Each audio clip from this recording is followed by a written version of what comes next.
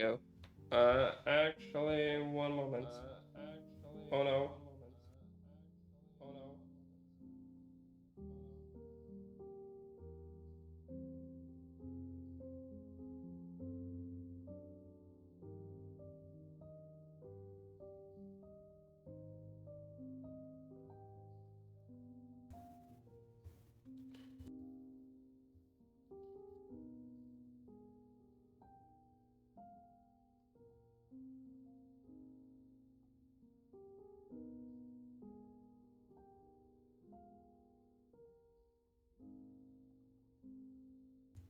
Okay, is it better?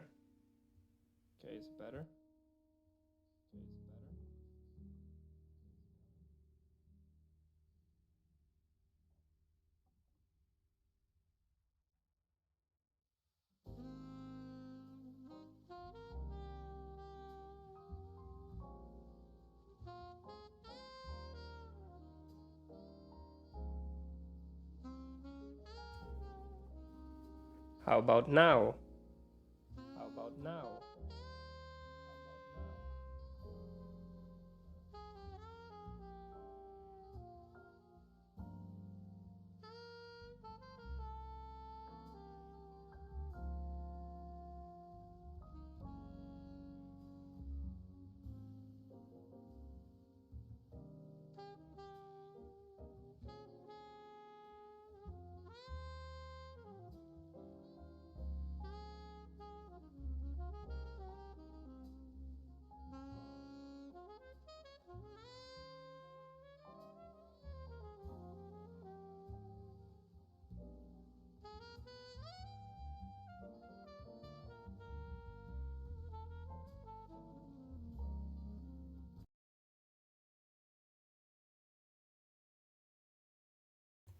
Okay, how about now?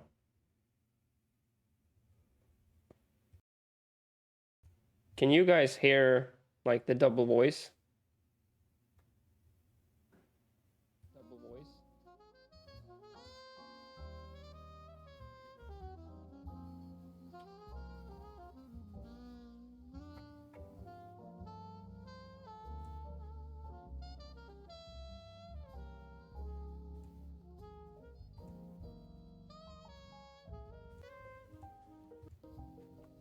Having some technical difficulties.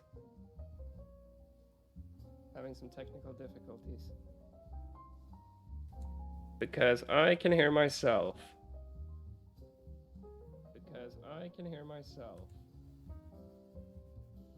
And I don't have the stream open.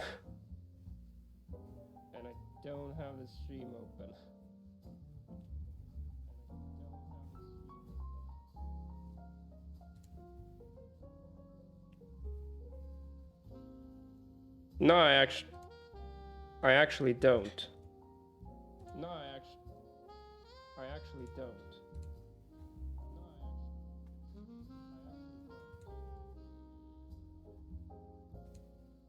Hang on, maybe it was the chat being open?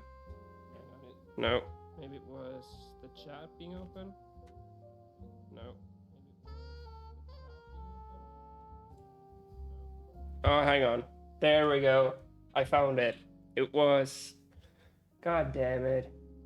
The chat doc from Stream Elements had my stream open and the audio on, even though I'd closed the... I had actually like closed the chat window.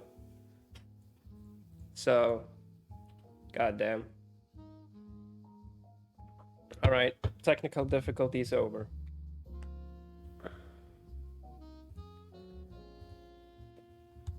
Cool. So we're gonna be working on Jolt again.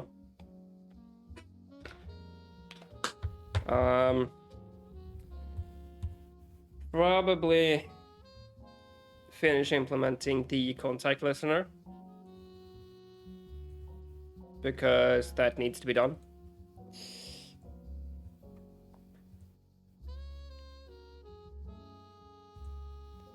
So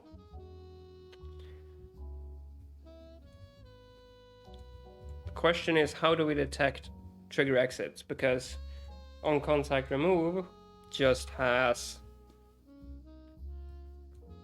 this crap, a bunch of IDs. So how do I deal with that?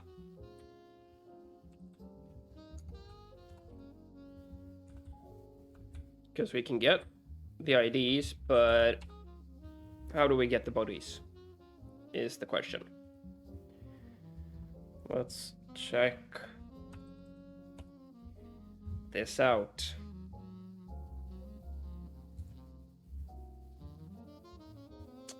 Samples. General. Sensor test.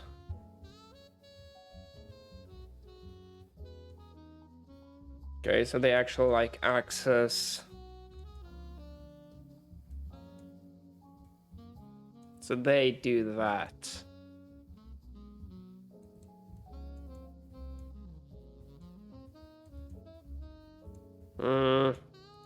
We'd need to get the physics scene. Probably.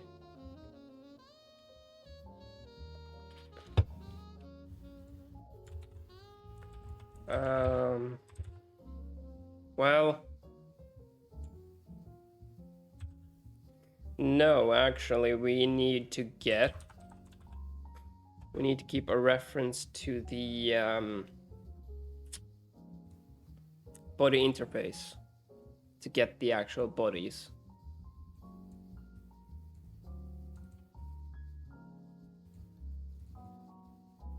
And that way we can get the entity ID from that, and then the entity.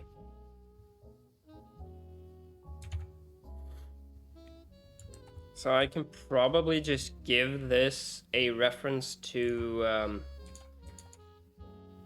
the body to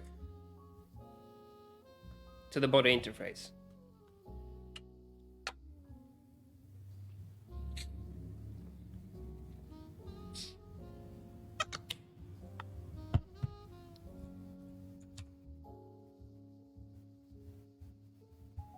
Because I don't think it has one by default. No, it doesn't. It doesn't store any data.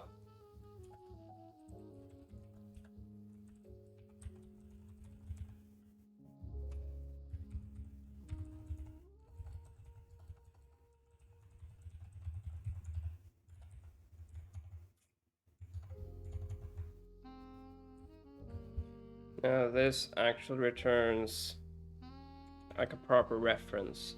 So we could store... We shouldn't store a copy, we should store either a pointer or a reference. And storing references is generally speaking not what you want.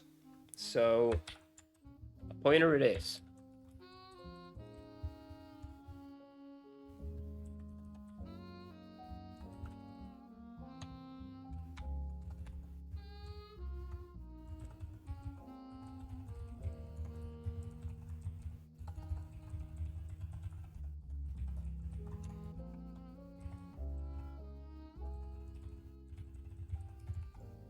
I will have to include that from somewhere.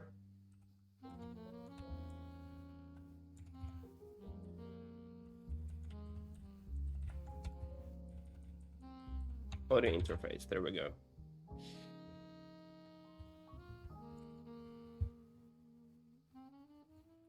Because that way in here we can do body interface. Now, I did see something here. It's called when all bodies are locked, so don't use any locking functions.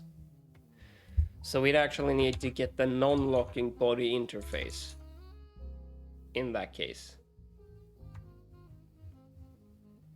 Right?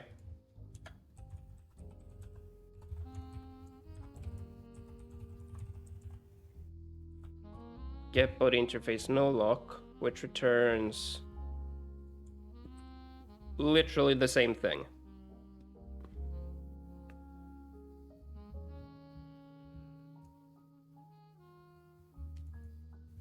Except... Okay.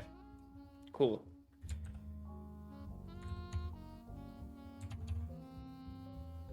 Because then we'd have to do get user data.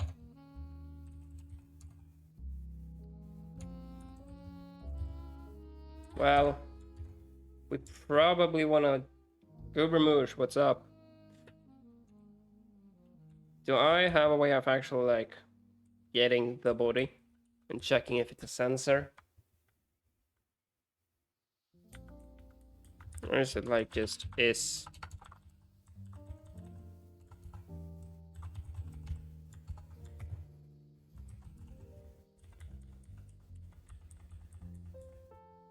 How do I get the body though? Stretch. All right.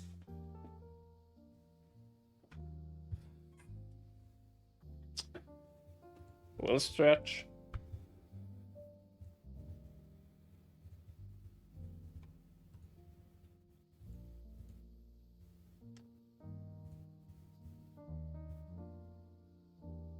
Body and count. What? Because we can get the body ID. And what the hell is this? Body and count.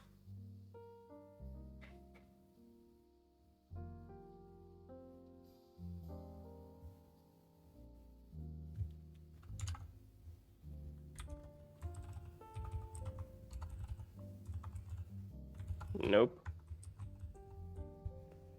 Body access. The hell is that? Oh, god damn it. Don't start.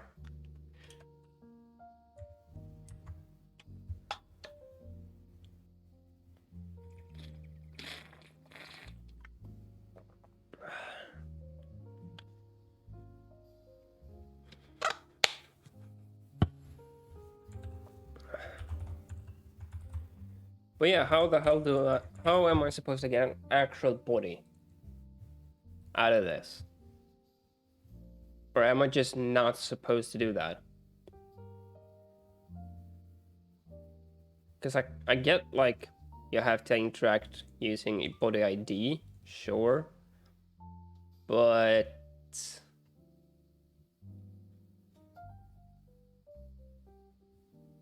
like, I want to check if it's a sensor or not.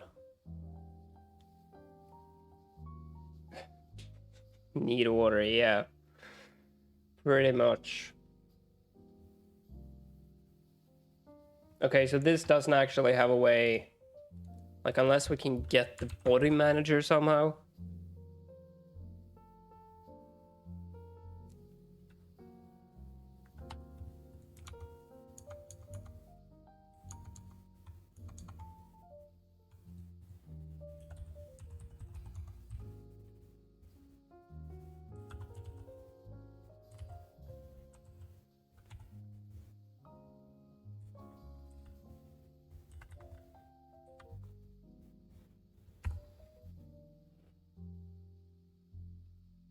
I can do get bodies, but confused Peter with the best Peter, pretty much. But yeah, it's like, what the hell? How am I supposed to do this?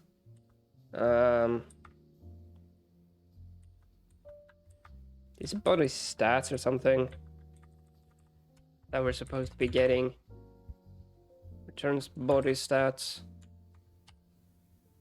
which is this. No, that's not it either. Okay, what the hell?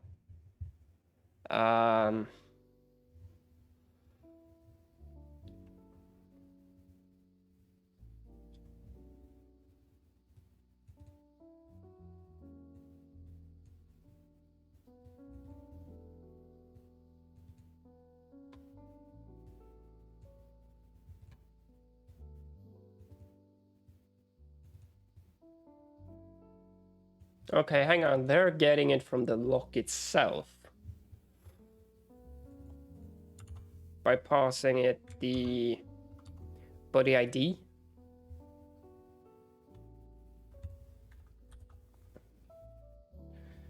Away, redeemed hydrate.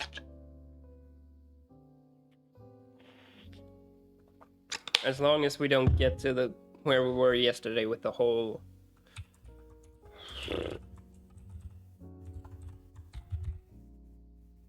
body lock interface.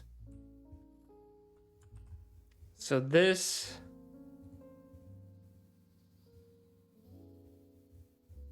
try get body, which returns the body manager. Try get body.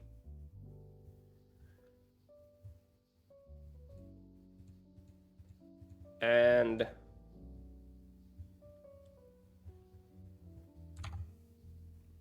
okay.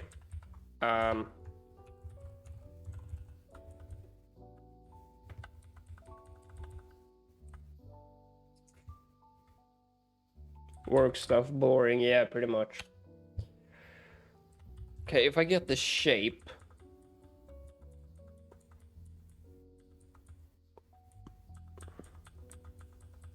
Do we have a way of getting... no. So I'm gonna have to get the body lock interface instead. Is that what they're saying? Because they do body lock right. Gives it the body lock interface. Except we're kind of not supposed to do that. Wait.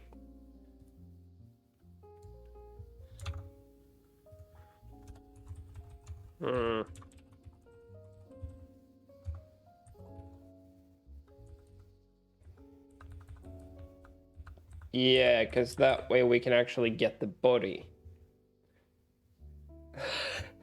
Working on my own stuff, man. Watching Peter work, real shit. Yeah, I'm mildly confused as to how the hell I'm supposed to be doing this. I mean, okay, what I could do, realistically, to check... shut up.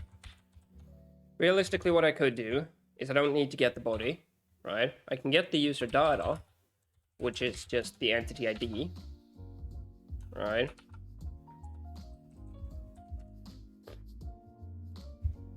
The hell are you complaining about?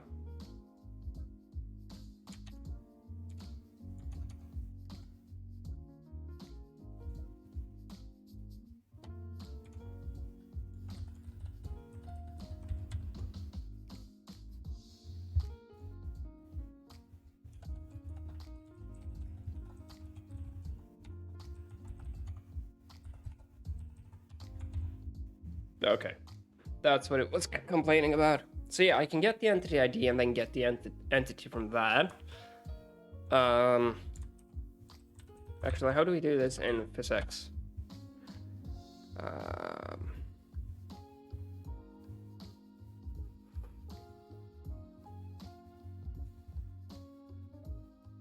Okay, we try to get the actual ref there. Thing is, though, I don't want to store the pointer in a 64-bit integer, even though, like, I know you can do that using reinterpret cost, but that just always feels weird to me. But like, we can get the scene if we wanted to, because we need it from the scripting engine.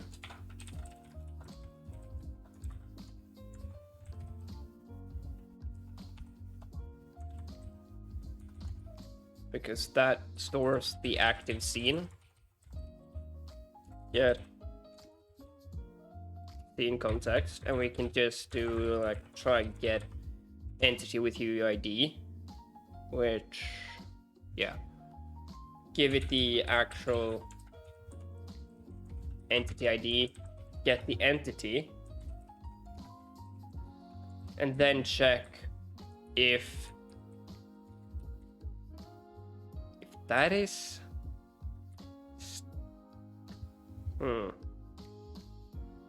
also incomplete. Yeah, Hazel crap engine. No, that's Hazard.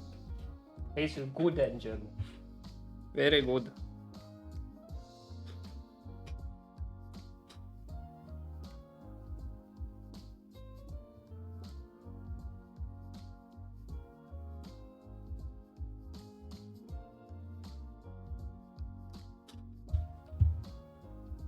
Hazard is better. Then do as I've been telling you and compete in Let 'em Dare.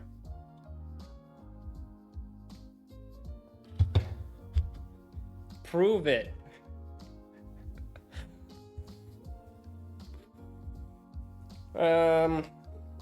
Yeah, because we can check it on the component, but I kind of like the idea of not having to involve components here.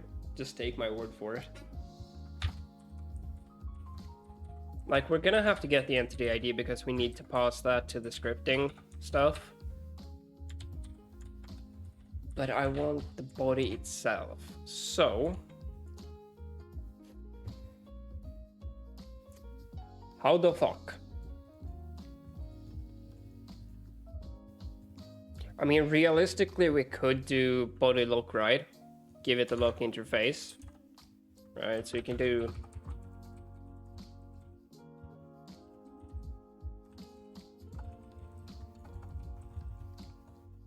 which I'll probably have to include. Yeah, UI, you definitely win, but you know, that's because you spent all your time on it. Body look,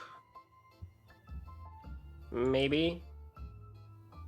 Body look base, body look right. Yeah.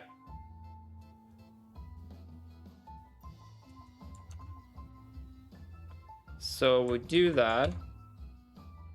That will require what? It requires the body lock interface and the body ID.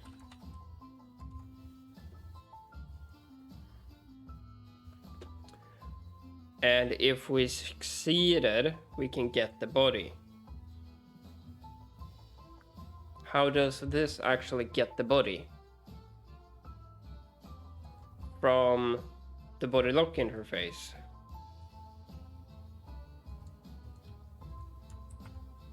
Which gets it from the body manager. Can I get the body manager?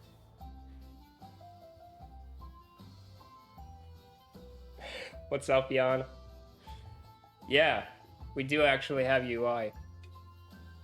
But I mean, we're talking about engine UI, I think. So, because his engine does have some really nice looking editor UI.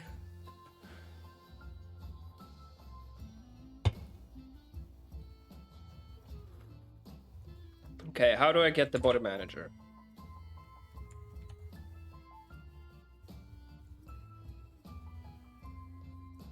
It also has editor grid that is faulty. Yeah.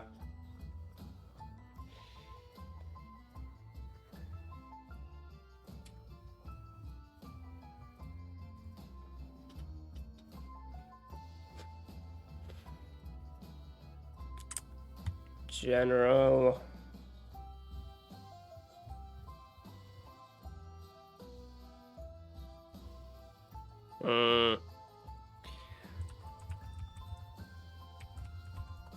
No, body manager.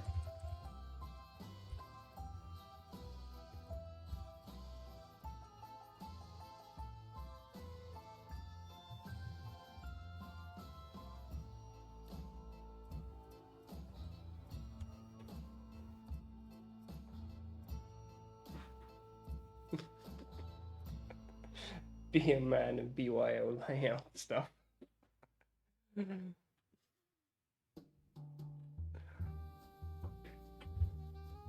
What's this? Okay, here he takes in a body manager. Create balanced distribution.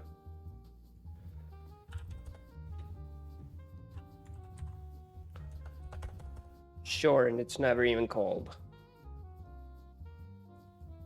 Oh, hang on.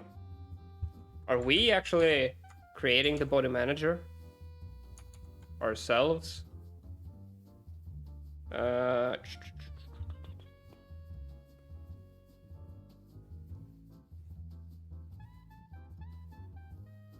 No, we're not. So what's the deal here?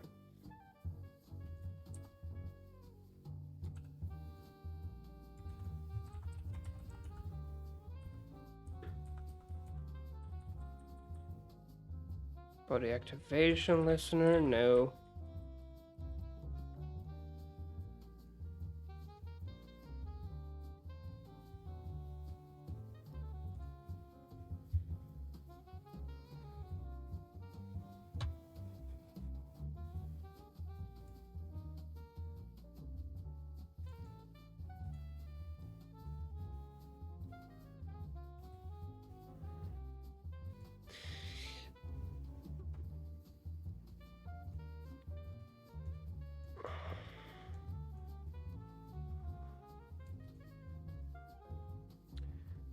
Tony plays redeemed hydrate.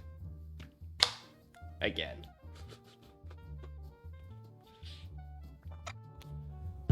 Okay, yeah, I have no idea how I'm supposed to get the body manager if we're not the ones responsible for creating it, which we're not. When in doubt, hydrate.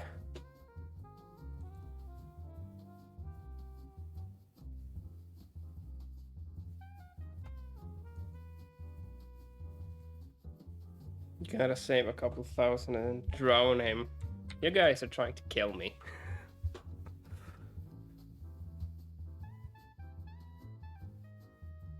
But if I can get the broad face, then maybe I can get the thing from that.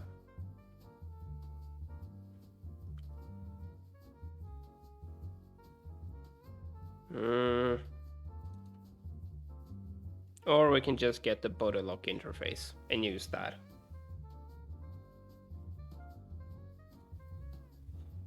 I have an infinite number of crash points.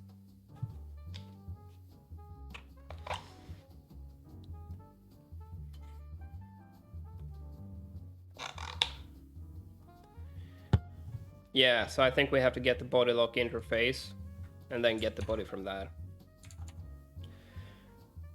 So, okay, fine.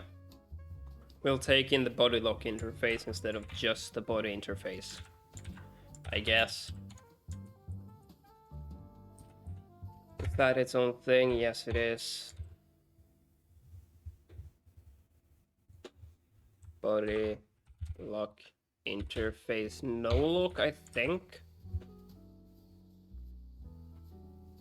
Because that should still let me get it, but it won't lock anything because apparently we shouldn't do that in here.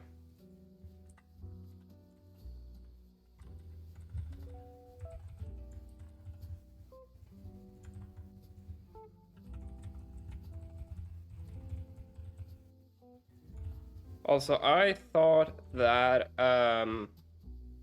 Jolt was completely like standalone, that it wasn't kind of tied to any company at all, because it is developed by a single guy. But as it turns out, the guy who's developing it does work for Guerrilla Games, so it is in a way tied to Guerrilla Interface, Guerrilla Games, who made Horizon Zero Dawn. And yeah, so we can get the body here. Well, we can try getting it.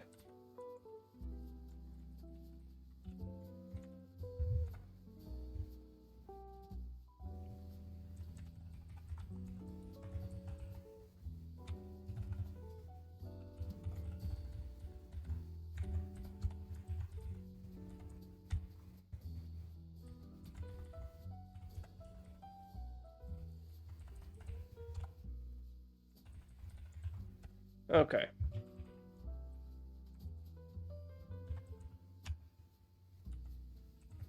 And here we'll do if that's a sensor or body 2 is a sensor on trigger exit. Probably just past the bodies, to be honest.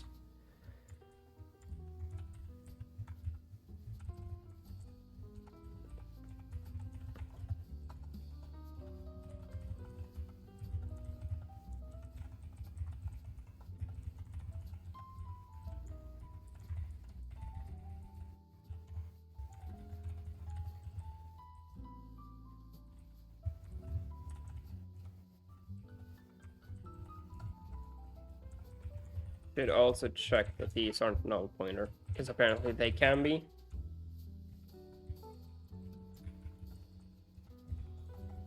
Although I don't think they should be in this case, but may as well be safe about it. So we call that. Otherwise, we will handle regular collision, I guess. Collision callbacks and that kind of stuff.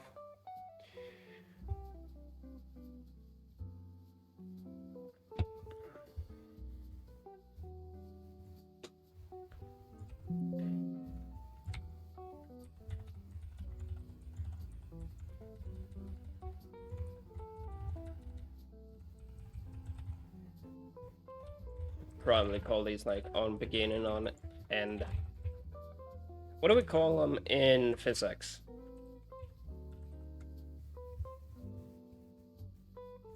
Oh, here, they're just on contact, but we call...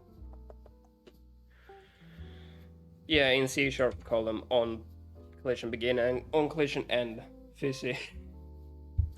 So we should probably call them that here. Yes, very good English. And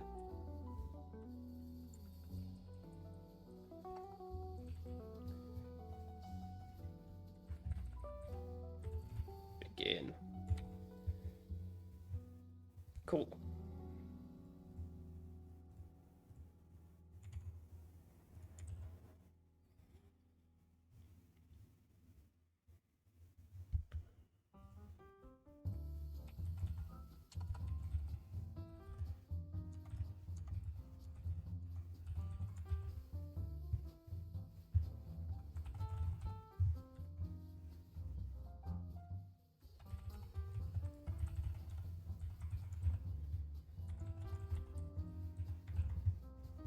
Okay. Now, what properties can we access? Can we actually get the user data here? Yes, we can. Good. Because that means we can get the entity ID here from that.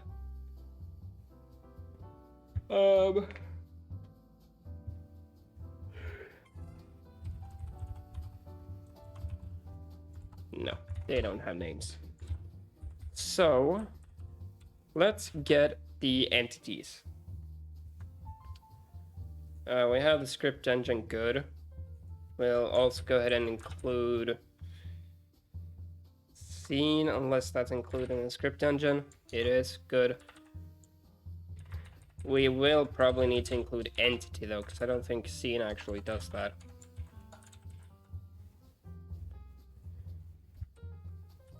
We'll do script engine, get scene context, find get entity with UID. Okay, so do I do hazard or my work stuff I get paid to do? I mean, is it during work time? Because in that case, you should definitely do your job.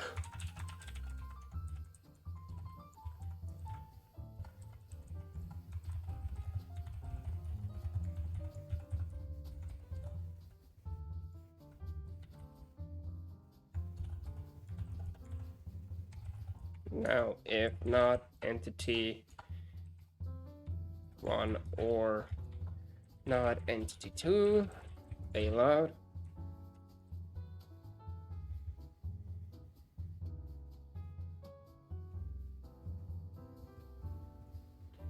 And I think for now, I'll just print the 2 entities.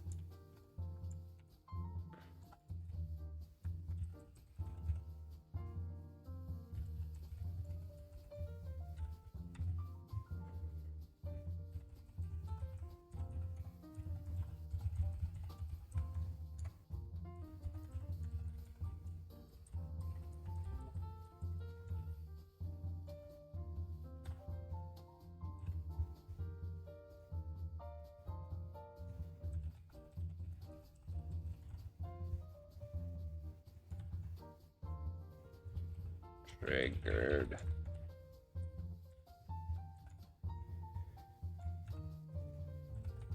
Stop triggering.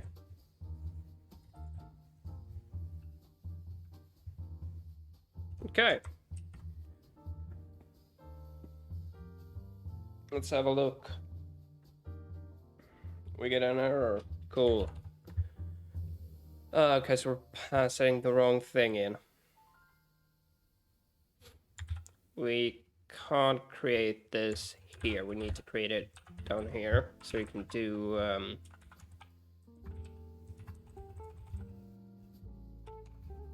Is that correct?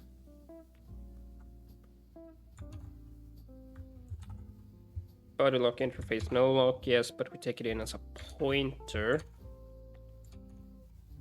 So we can store it properly. So let's do a... and that can only ever be const. Thank you, Gerbermouche.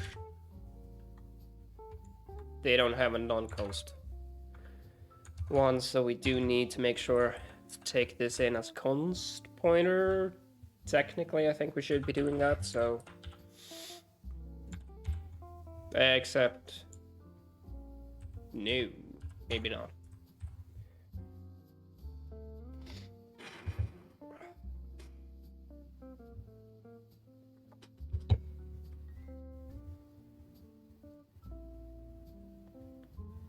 Should also go ahead and pull from dev at some point.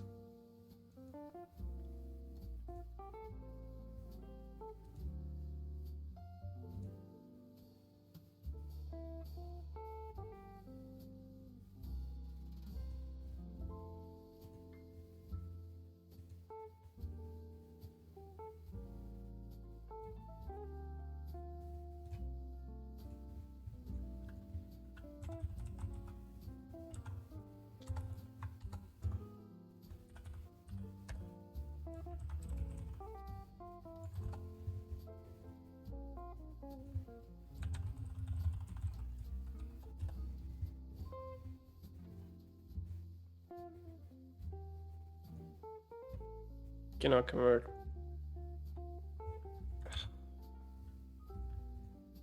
Okay, so it probably has to be const pointer.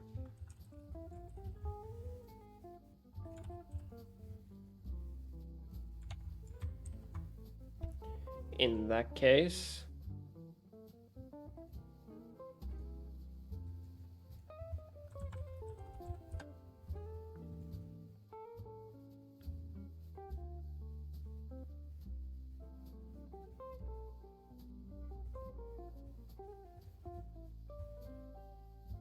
cool. Let's give that a go.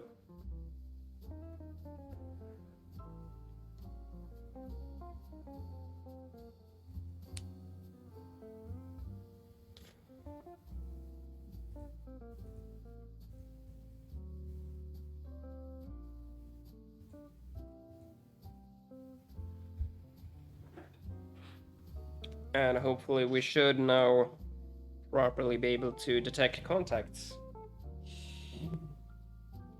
and sensors.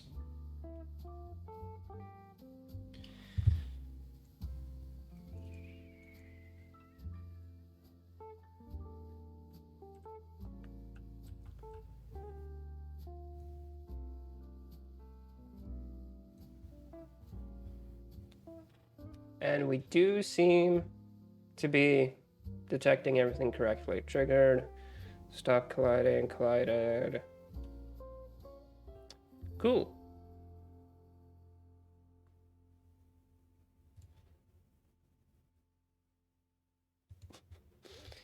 What did you break this time, Tony?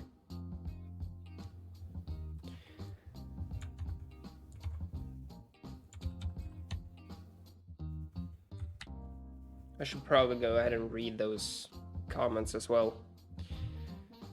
Okay, now we actually need to make sure that we're calling the callbacks. You broke Hazel. How? Are you guys planning to on adding undo redo functionality to Hazel? Yep, we're gonna be adding that. I think, I don't know if Jan is still here, but I think he mentioned he wanted to do that, like a very, very basic implementation soon. That just will handle like some basic actions. But that's definitely going to be a thing.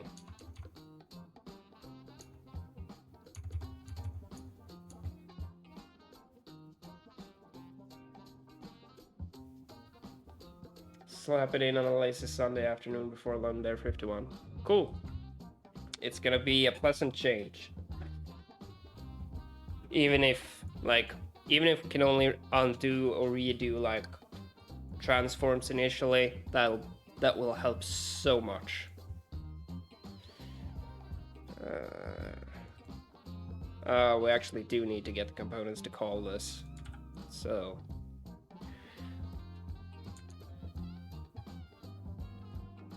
Tim will not appreciate that move.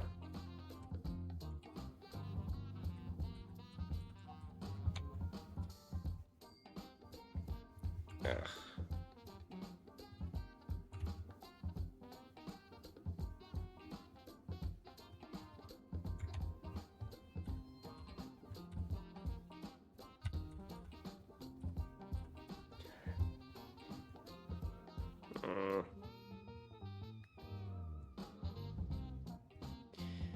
We don't actually, never mind. Yeah, we do need the entities to get the components properly, so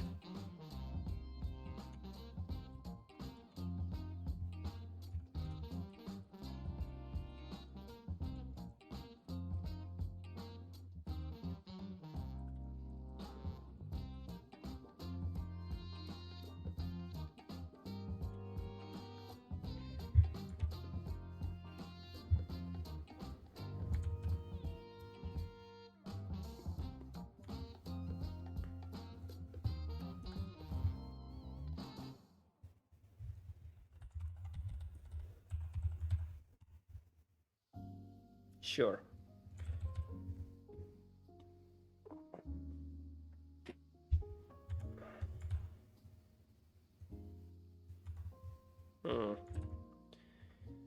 Not actually sure if I like doing this in the actual contact listener. Maybe it should be like an event that we can dispatch to the entire engine, but for now it's fine.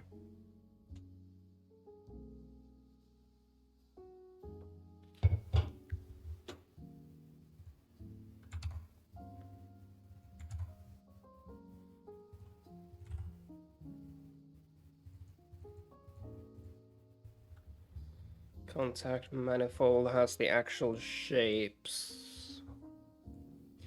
To be honest, I kind of feel like it could be useful to pass in the actual shapes into like on collision end and that sort of thing instead of the entities, but I don't know. Because it just receives like that may be something that we want at some point. Being able to actually know which collider hit which other collider.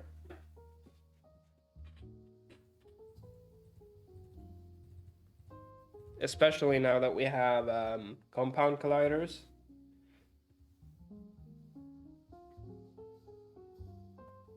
But that is a problem for the future, I think.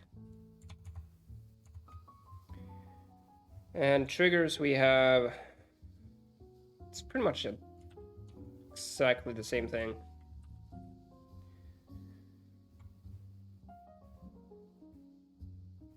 No, it is the exact same thing.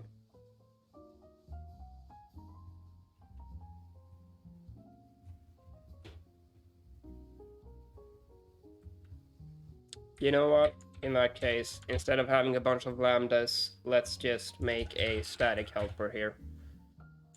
Or we can make it even a private function here.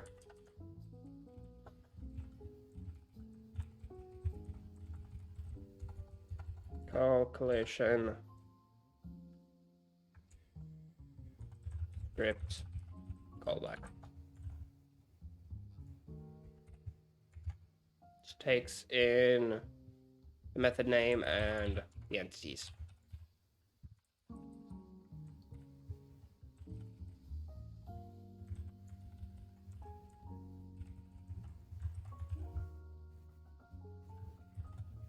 Be good and mark it const.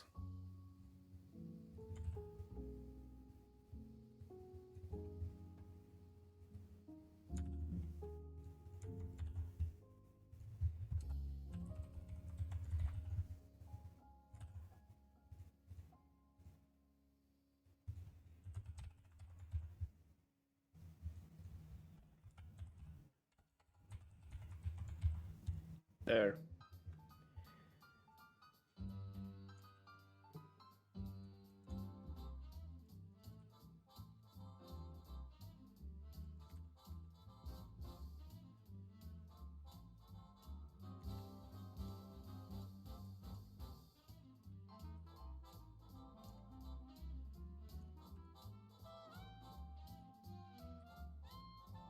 And it's called onTrigger begin internal. Good.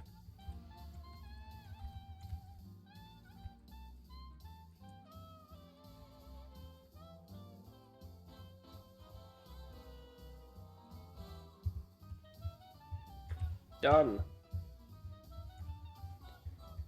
That is the contact listener mostly done. We may want something like on contact persisted to actually do stuff as well. But it's not a big deal right now. Let's actually have a quick look at this. Yep. We don't really care about this because we just do what the base class does.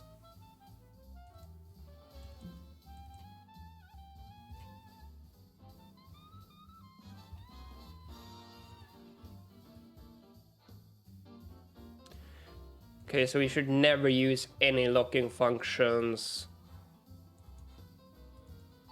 in the contact listener, because the lock has already been enabled. Good.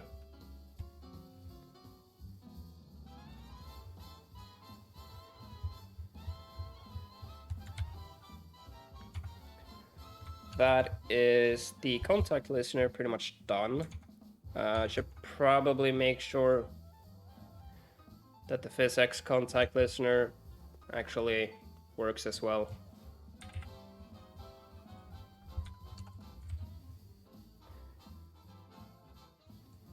No, not joints. Don't care about wake or sleep. On contact, here we go.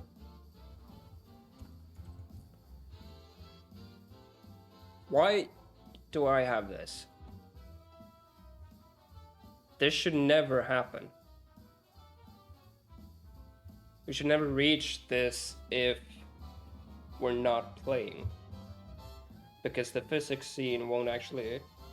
Oh no, wait, I know what it is. So we don't try to call the callbacks in simulation mode.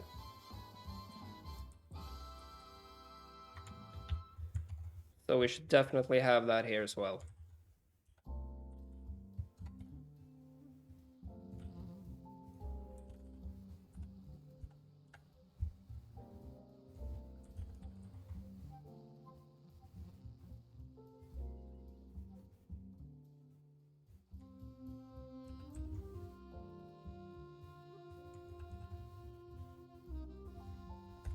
Have it in the base functions. Cool. Done. Right, yeah. Why are these... Wouldn't this result in a boolean? Not a whatever that is?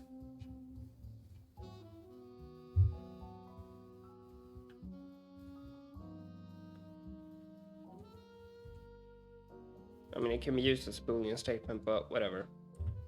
Not important. Let's check the physics rigid body. What's the user data?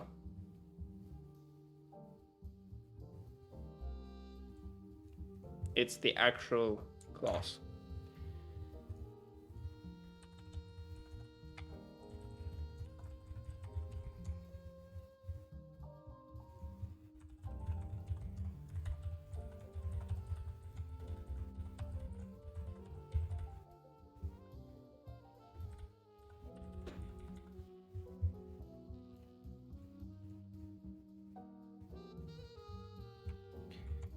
We'll do the same thing we did in here.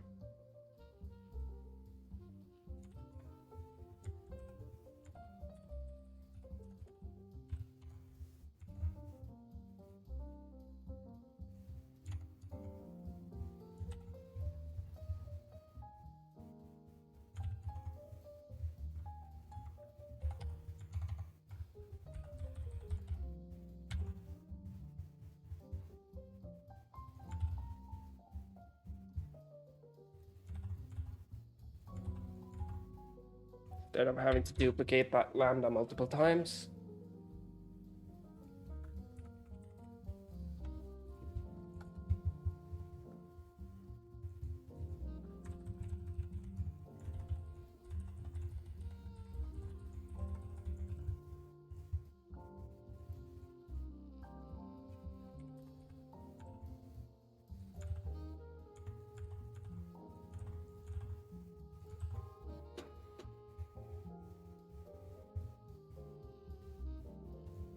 Okay, there we go.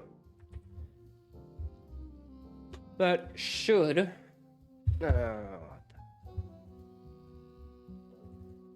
Entity. Yeah, that's right.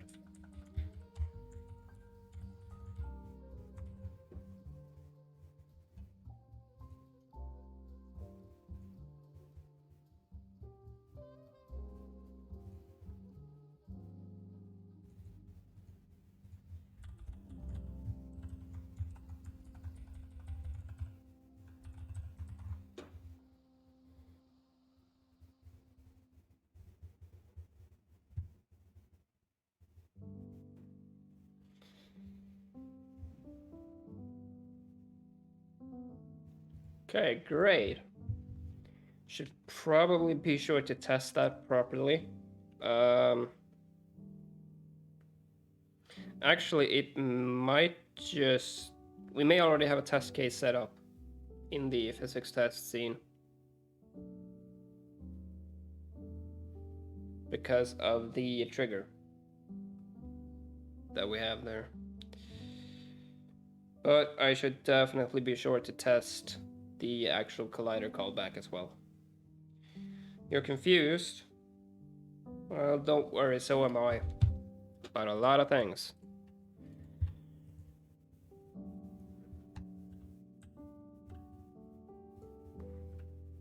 Okay, so this does have a script on it.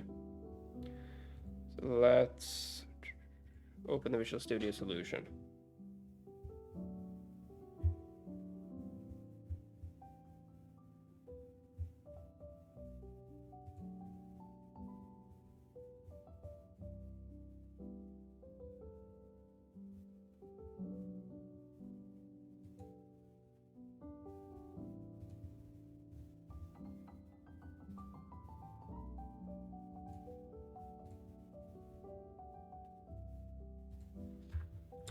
And what was it called?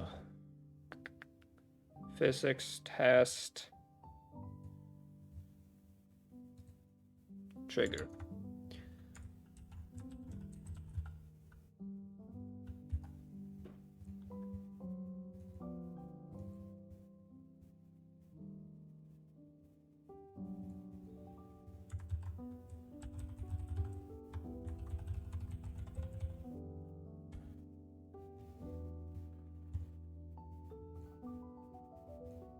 Okay, so it does log something and update some lights. So, what lights? Skylight component. Okay, so in simulation mode, nothing should happen. But if we hit play, we get a crash. Okay, yes. For entity 2. And the reason we get a crash there is... what exactly?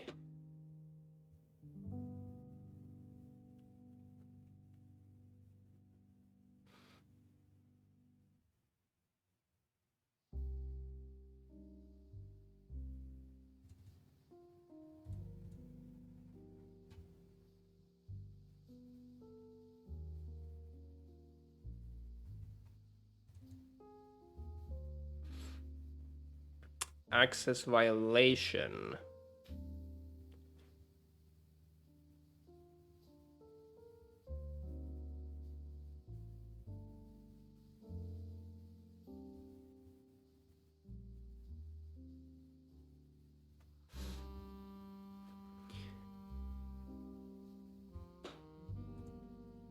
You're not gonna tell me why?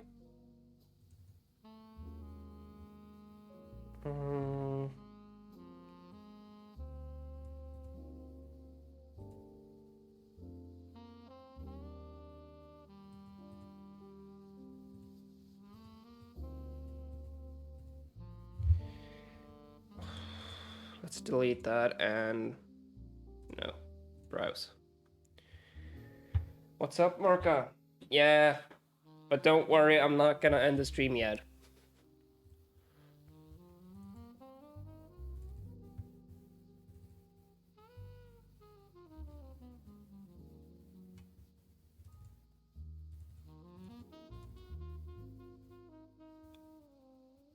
What?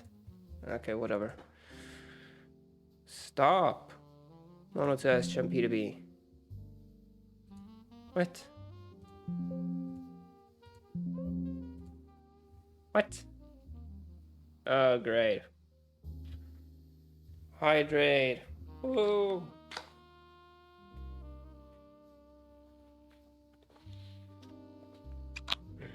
That's for Tony as well. Okay, so we can't actually find it for some reason.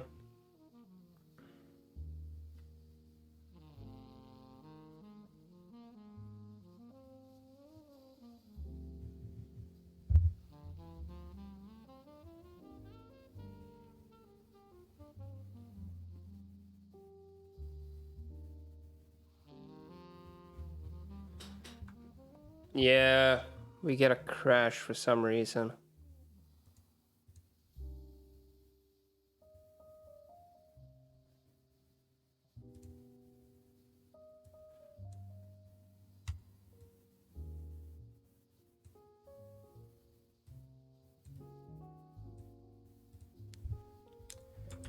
We get a crash when we try to call this one. For some reason.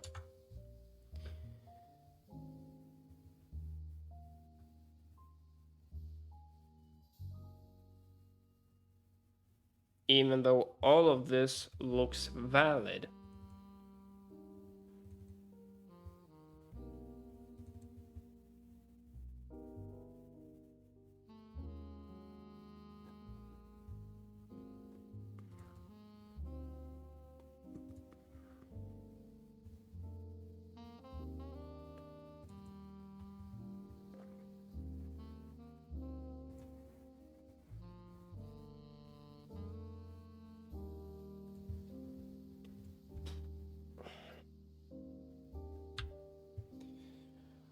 Why?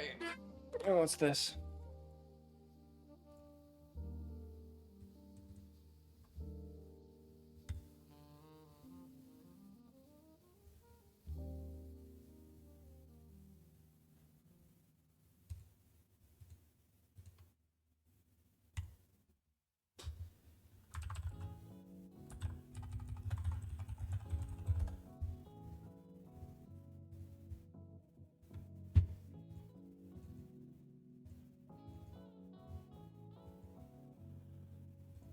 Okay, let's take a look. Let's maybe do a build.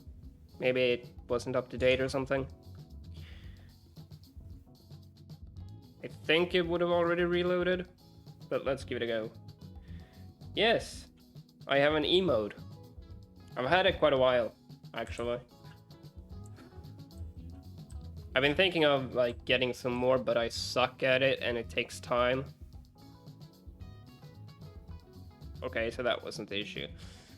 Access violation, reading location, that, whatever the hell that is.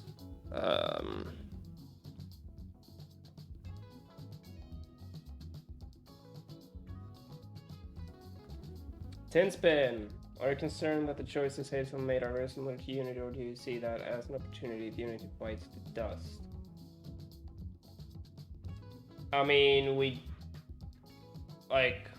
I don't think being similar to Unity is a bad thing, but we do obviously like try and improve the areas where we think Unity kind of failed.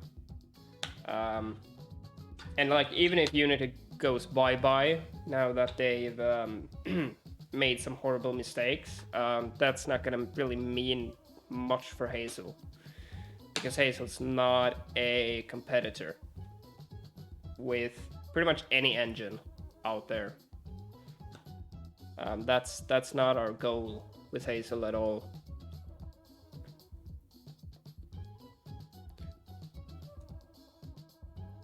So it's trying to read something that isn't valid.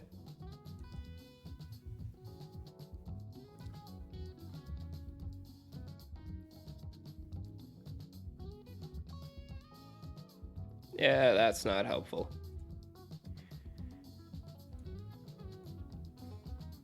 Cannot find or open the PDB file.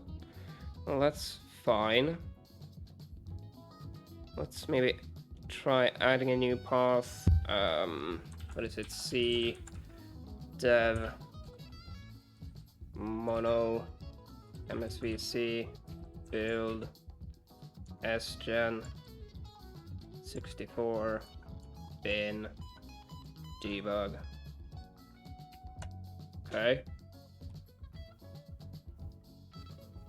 What? Okay. If I go to this,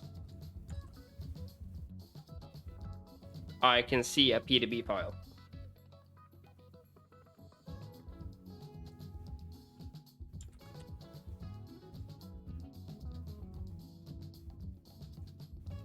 So what is this crap?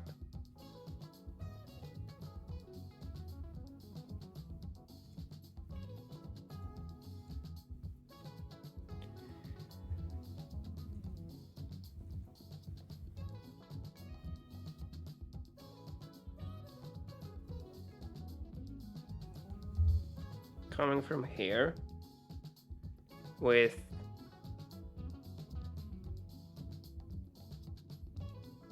me sitting here debating whether I should rewrite a lot more vertex to make it even better for the future.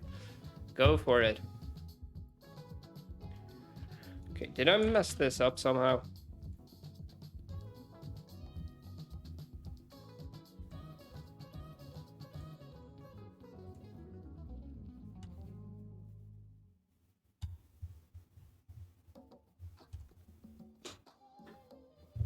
Alright, whatever. I'm gonna get some more water.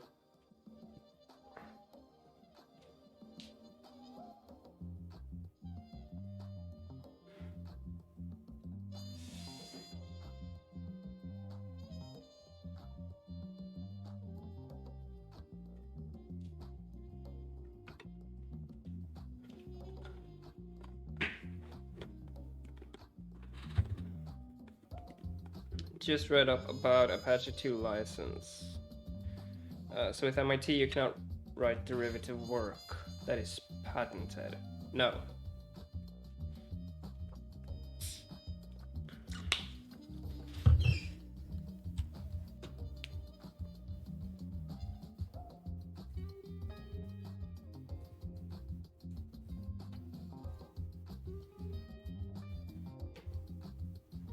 Why is this happening?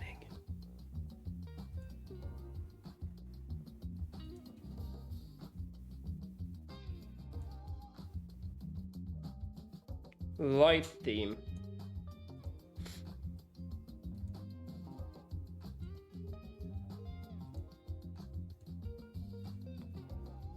Prepare your eyes for this horrifying garbage.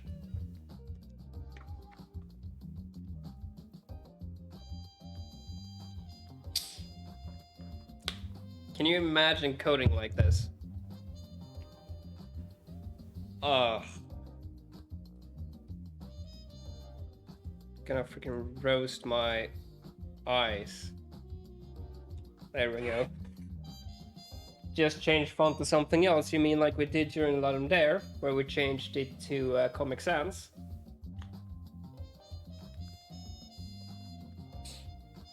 Your friend uses the light theme. Jesus.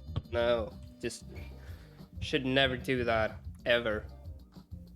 Okay, let's take a look at the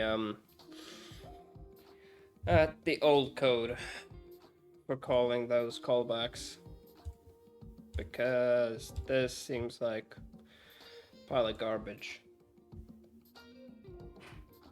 You never saw pictures of Hazel with Comic Sans. Well, go back and check my stream VOD from, I think it's the second or third day, and you can see it there. Contact listener.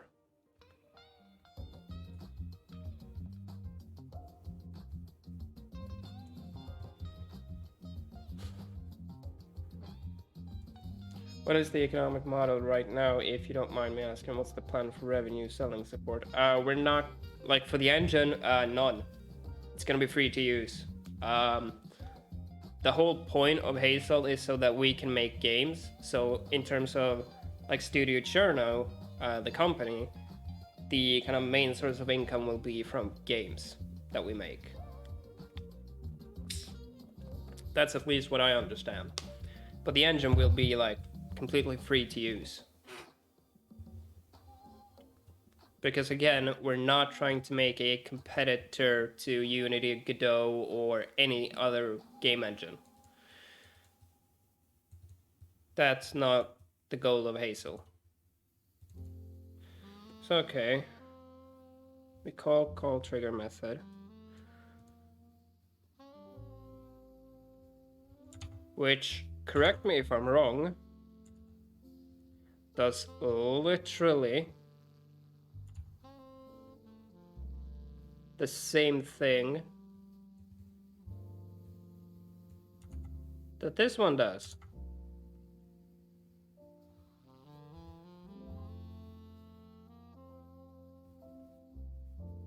So, what's the deal?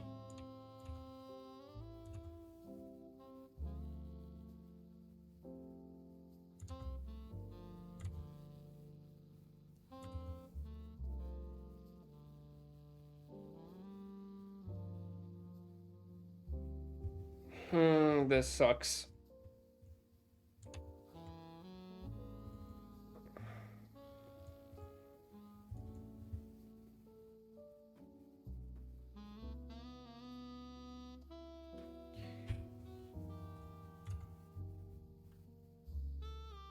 I wonder if it's an exception in the C# code. Because if it's that, then, well, first of all, that shouldn't really crash the engine. Although, I suppose it does do that in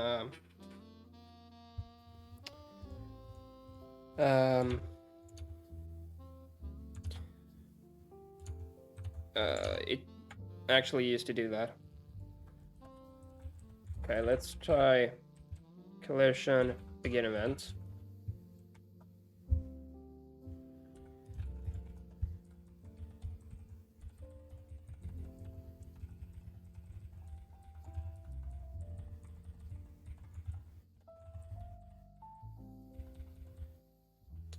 Well, let's actually go ahead and write a separate test for it.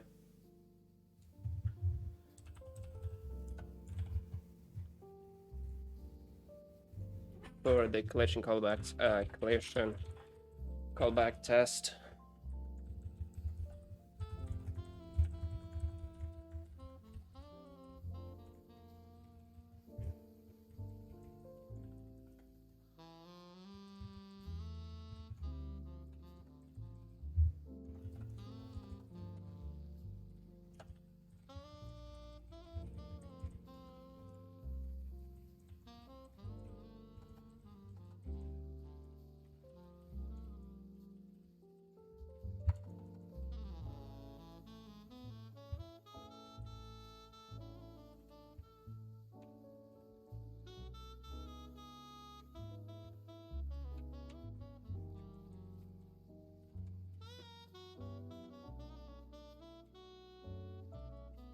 Go ahead and build.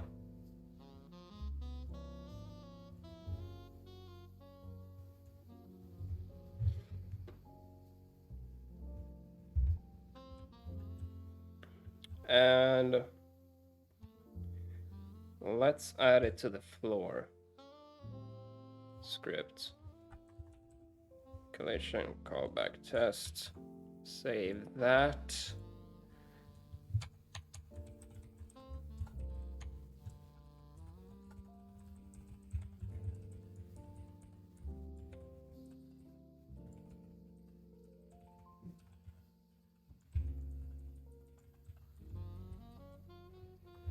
Stopped.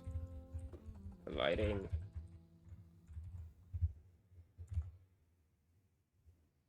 Stay alive. What if you can just sit in front of your machine programming all day when you die? That's not the way I'd want to go. And let's actually move this one away so it doesn't cause that trigger thing. Huh.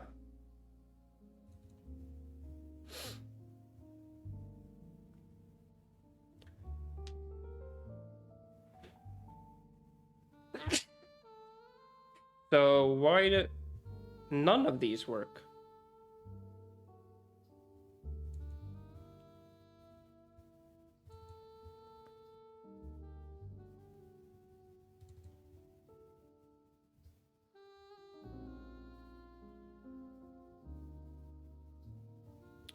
But why?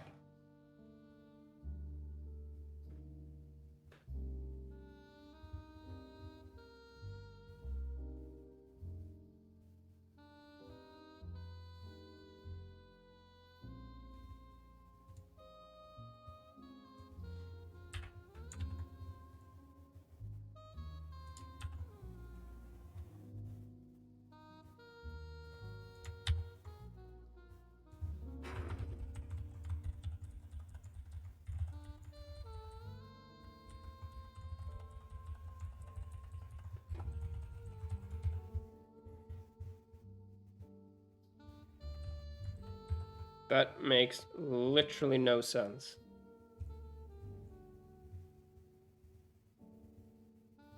Why not cache the callback? What? Like, what do you mean? Cache the callback.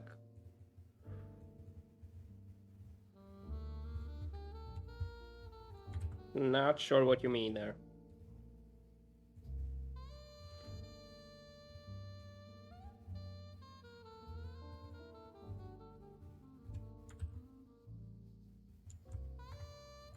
Tell you what, storing the method address and just invoking it directly.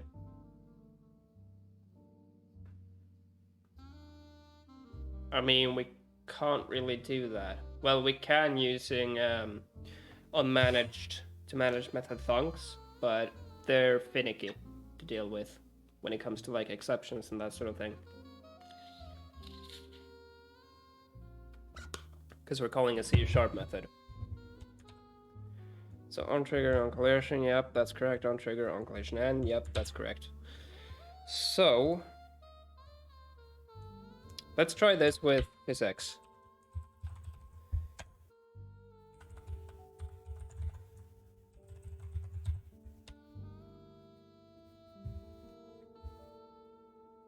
See if it crashes there. It's possible that it's a scripting bug that has like actually been fixed in dev, because it's been a while since I merged from dev and there's been some changes to that branch.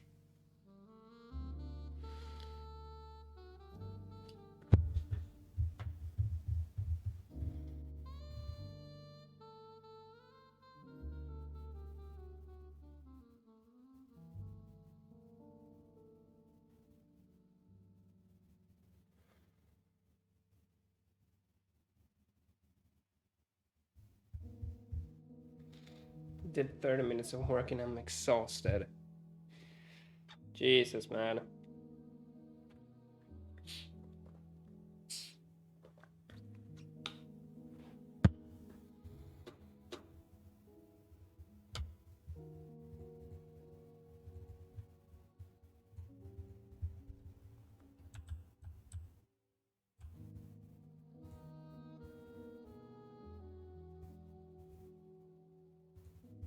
Oh, interesting.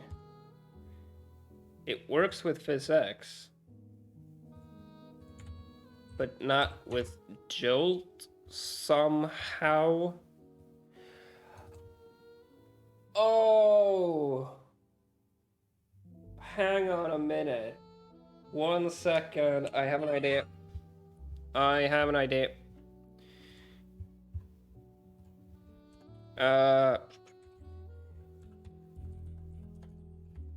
I think I might know why this is happening.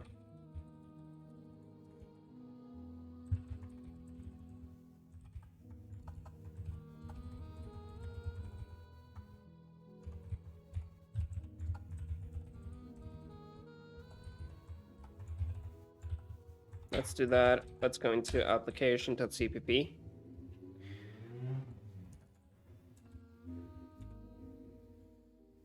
I think it could be running on a separate thread, and because of that, Mono is mad. And why are we having errors?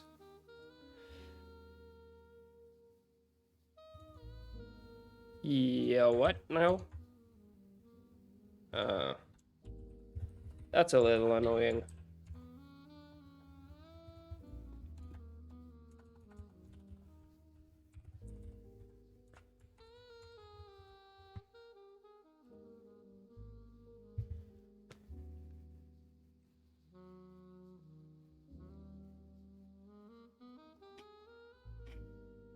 So you're gonna touch hazard. Good. You should. Oh, but that's so annoying. The fact that that runs on a separate thread.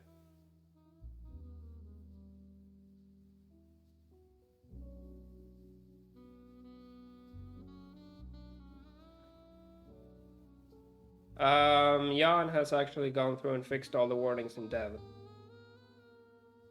So it fixed.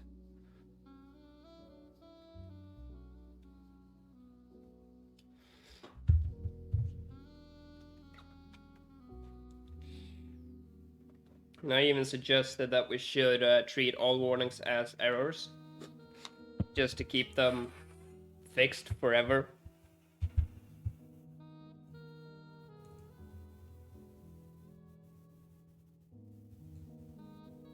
Okay. So 42568 is the thread ID there. Aha, you see? There, it's running on separate threads. Fuck. God damn. That's great, but not. How do I deal with that? How the hell am I supposed to deal with that?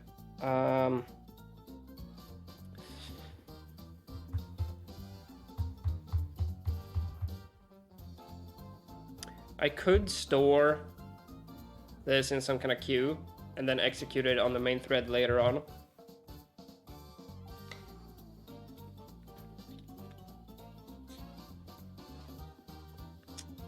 Because, okay, so yes, it's great that this is running on a separate thread, because obviously, yeah, like that's the thing with Jolt, it's multi-threaded by default. Whereas PhysX isn't, and PhysX, like their entire threading API sucks. But it does create confusions like this.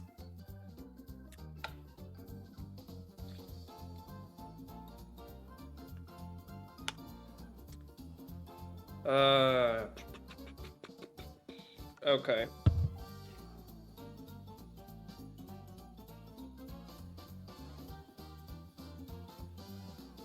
What I'm gonna do is have a callback function in here.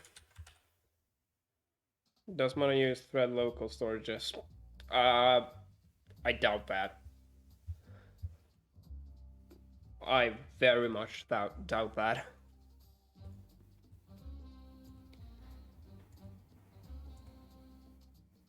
So what I'm gonna do for now is in here,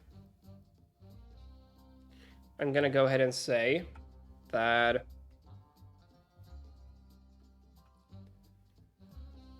we will have a callback method,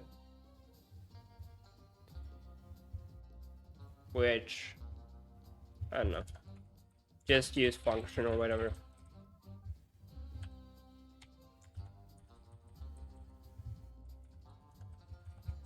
It's a function, it's not gonna return anything, and it will take the entities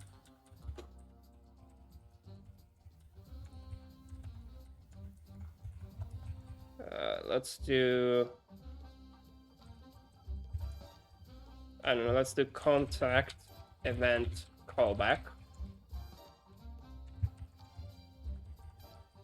And we need to know the type, right? Let's have an enum for now. Call it contact type. To be honest, I could actually standardize this and have it so that this applies to PhysX as well. Bazingos. Thank you so much for following. So yeah, I could make it a standard thing, right? So both Jolt and the PhysX contact listener will simply give us a contact type and two entities, and have that be it. That way a central system could actually deal with calling the scripting methods, right?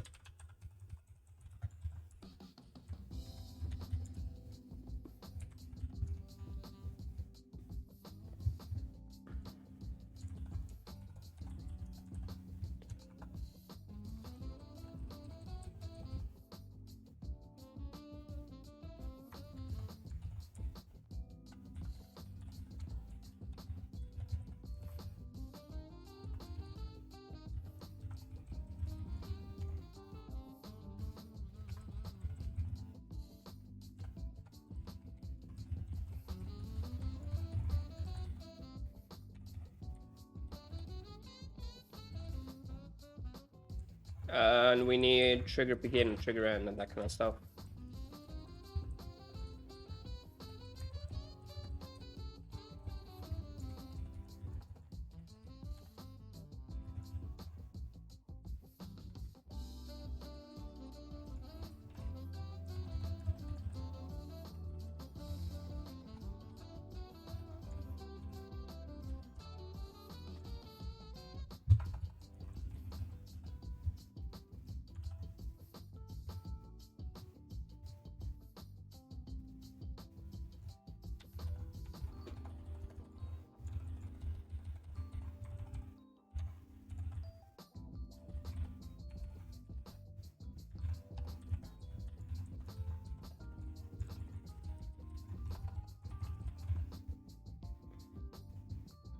Okay, so we do that.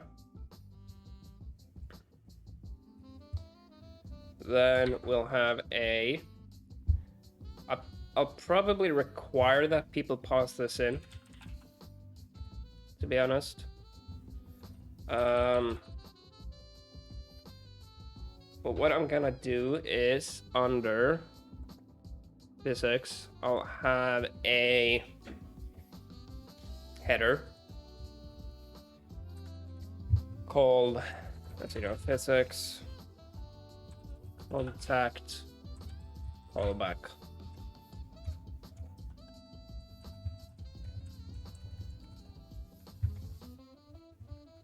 Which will have the contact type. And it will also probably do contact callback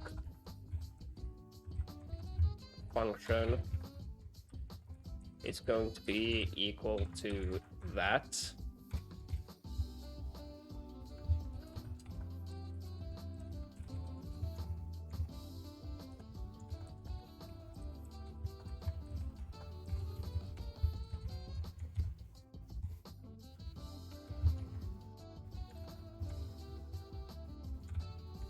And we will simply include that.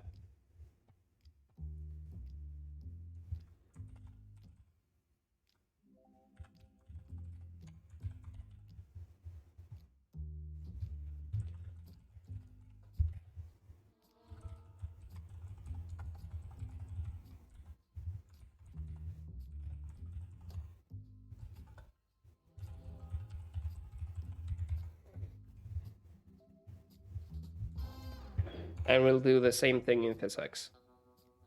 Because my idea is that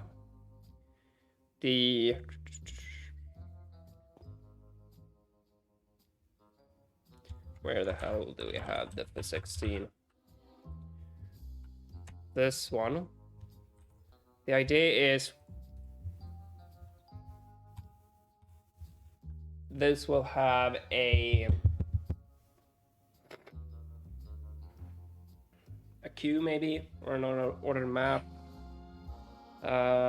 Would probably want to maintain the order, but it would have like a callback. Don't know if I can have that for private.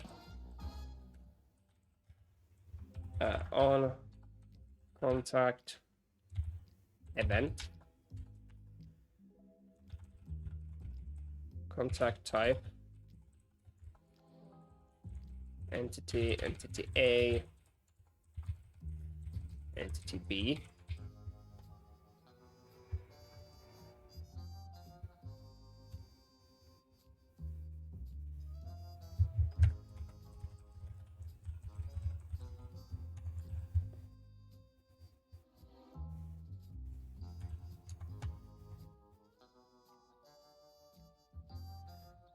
I could be using this incorrectly, but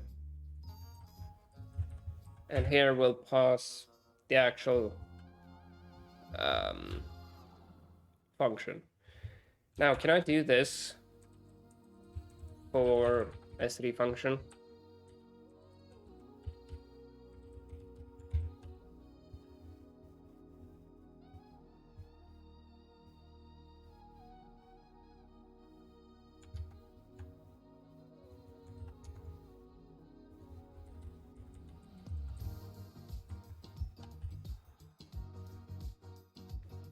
It's private. What if it's protected then?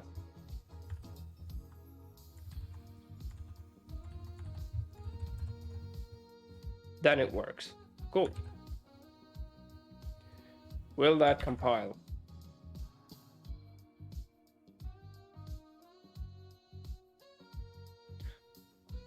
No, of course not.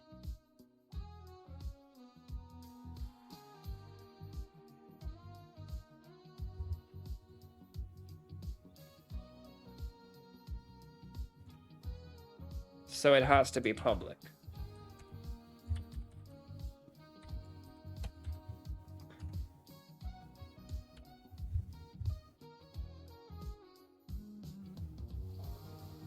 Or do we have to use bind?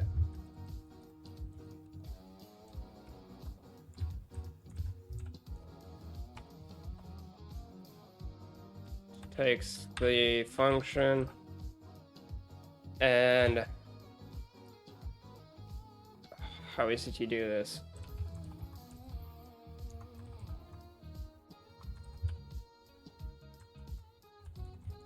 That isn't it?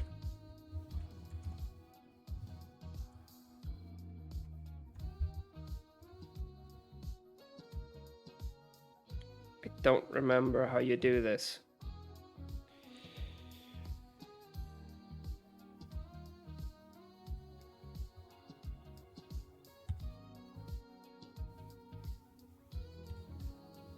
I'm gonna be back in a moment. Just gotta head to the bathroom.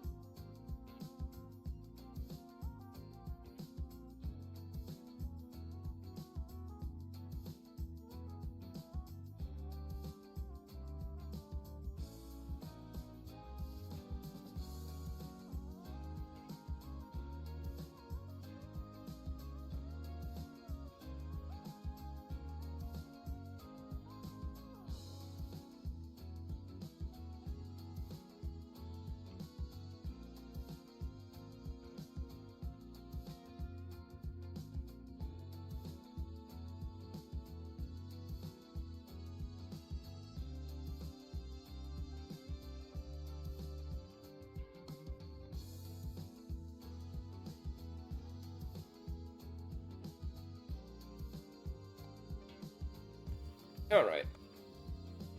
Here we go. So, okay, I'm gonna have to look this up. How the hell do you use STD function? What's up, Tony? I have completely forgotten. Hello, Goobermoosh. Okay, so...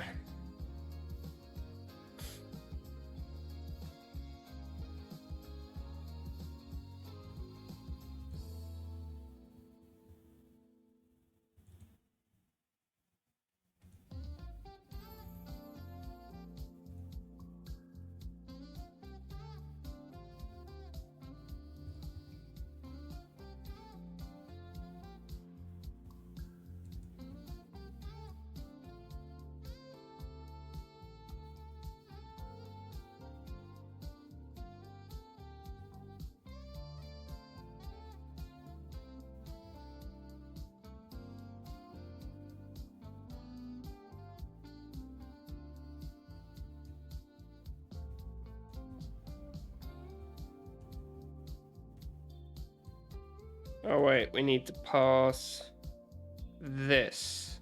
Right. Yeah. Exactly, because it obviously needs to know.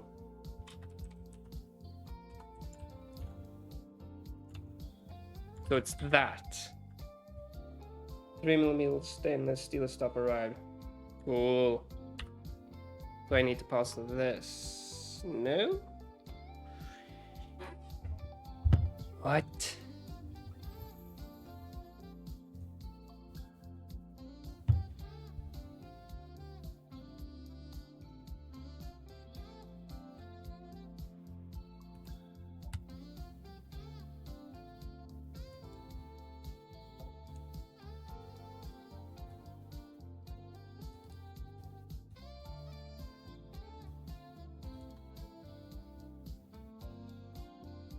Oh wait. No, it should be 3 for the placeholder.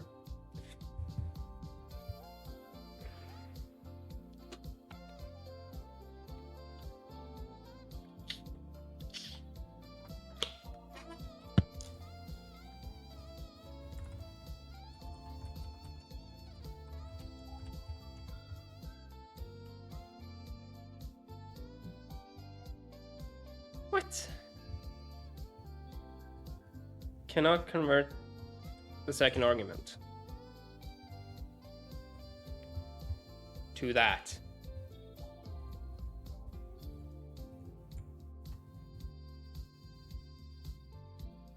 So it takes 3 arguments. We say it does.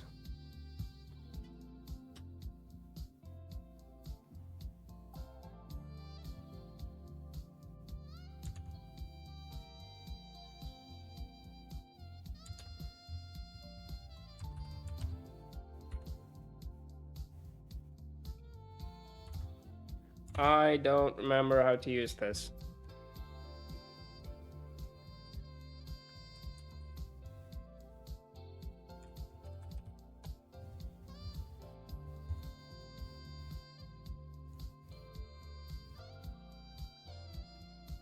Okay, so we can actually define that. Alright, whatever, I'll just do that because that is a hell of a lot simpler. We need to take in this. We take in a contact type, entity,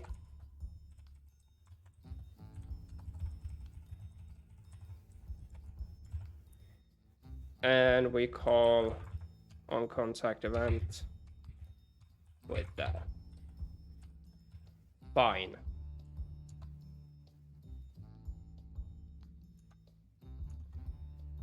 That also has the upside of allowing us to have this protected, I think. Yes.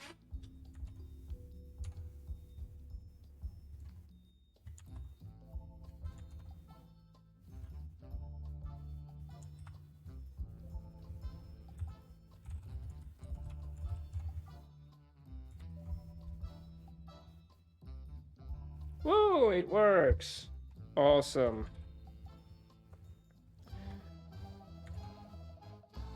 Okay, so let's do that for physics as well. You go away. We will have... Well, we'll have to include... Hazel physics... Contact callback.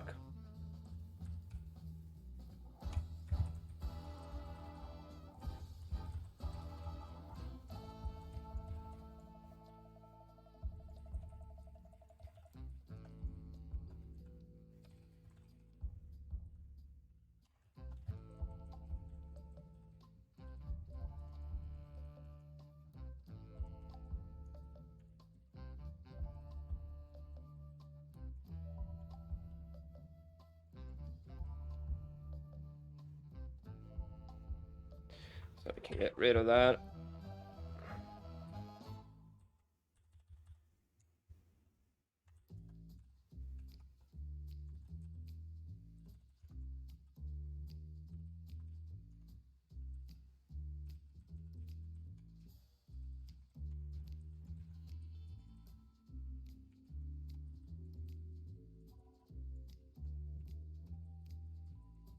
Trigger end.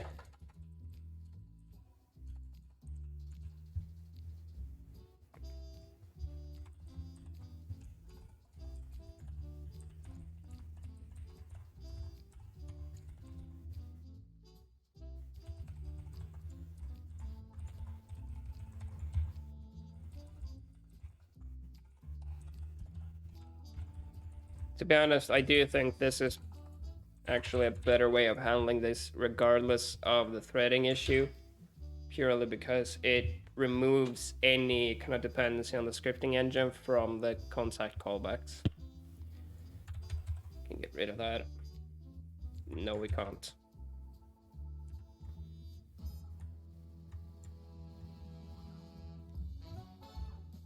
How are you gonna deal with the multi-threaded problem? That's what I'm working on. Basically, the idea is we call this callback. That will end up calling this. Here we will effectively store these parameters in some data structure that will be processed on the main thread later on. It's not strictly the best solution, but it's the fastest one for me to implement. And it's probably gonna work.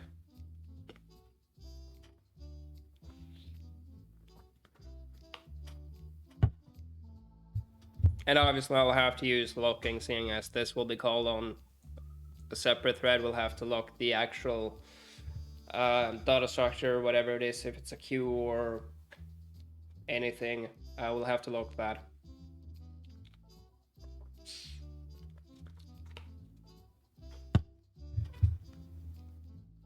There probably are like better solutions, like definitely, but it's a fast way of just getting it working and making sure it's not crashing. Synchronized queue, yeah.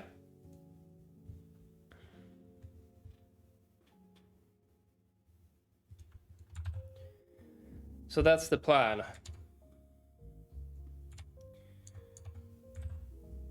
Okay, now where do we create the contact listener? Here. Let's have that be a unique pointer, so we have to actually create it explicitly.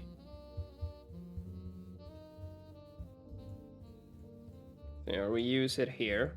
So let's create that up here.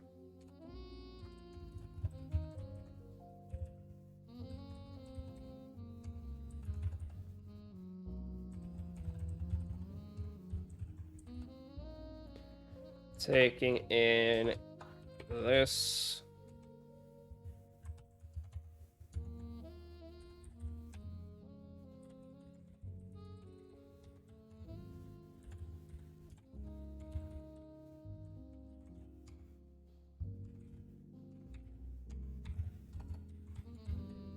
And this does mean I have reduced code duplication, which is always a good thing. Because we can now just implement this in a single place. So, we want some kind of queue. Although I think it's like DQ or whatever. Now,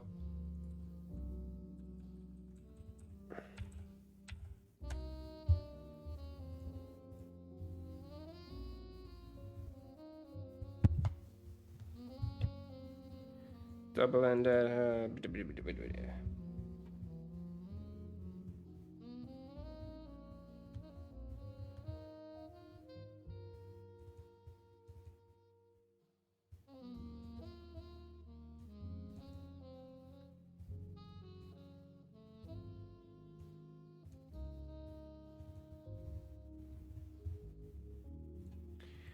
What data structure would be the best in this case? Because isn't there like a stack as well? Yeah, there is. Which actually uses a DQ in the background. So it's last in, first out, which is not actually what I want. I want to process them in the order of insertion. So basically first in, first out.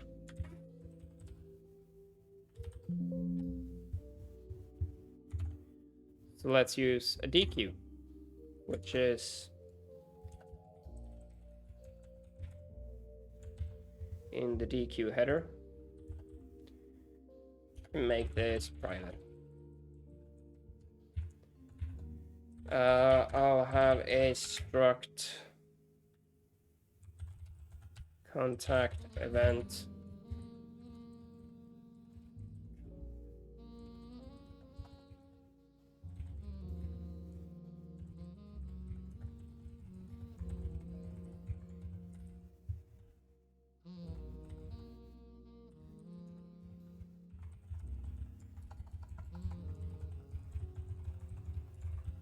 That will be fine.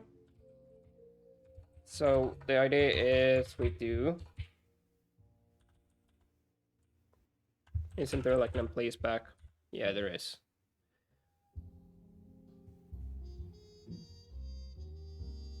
Does DQ enforce the principle of first in, first out? At the end or beginning? Okay, no, so it doesn't. So let's insert at the end and pop back off the end. No, pop off the front.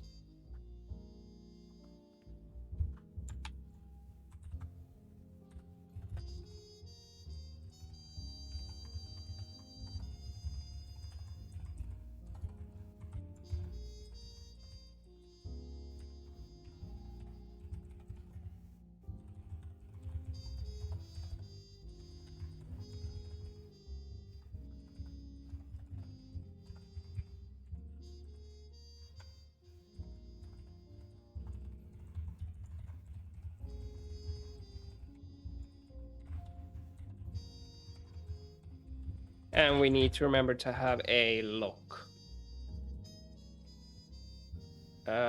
Do we have a nice locking interface somewhere that I can just use? No. We need to include mutex, right? And then use preferably a scoped look.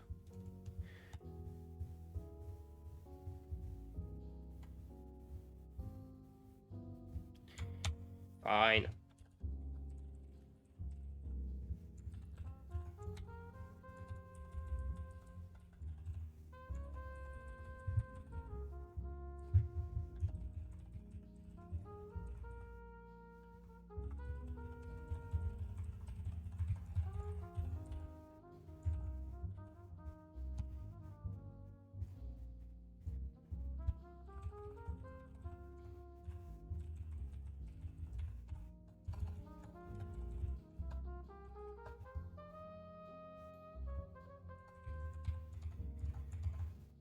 I always said I use it. It's been a while since I've written code that uses locks. We give it the mutex, right? Yes, that makes sense.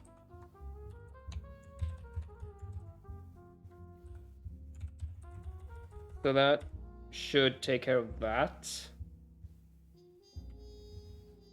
And then inside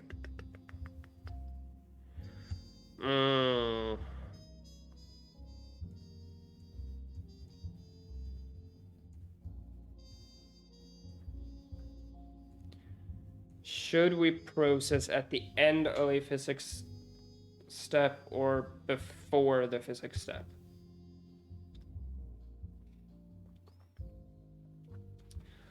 So okay, we get an event here. We then either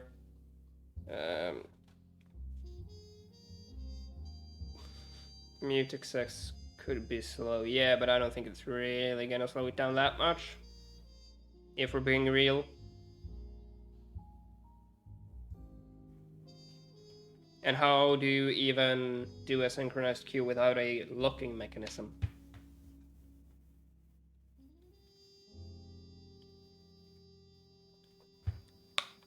Keep in mind, I've not done a lot of multi-threading stuff using atomics. Okay, how the hell do I use an atomic?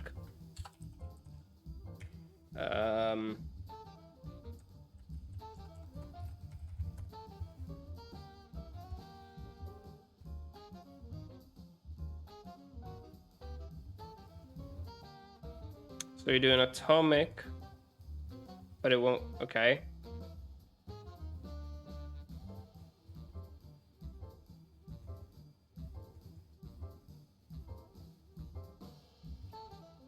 Yeah, according to this, it will do read or write of type T, but operations with Q, push, or pop will not be atomic.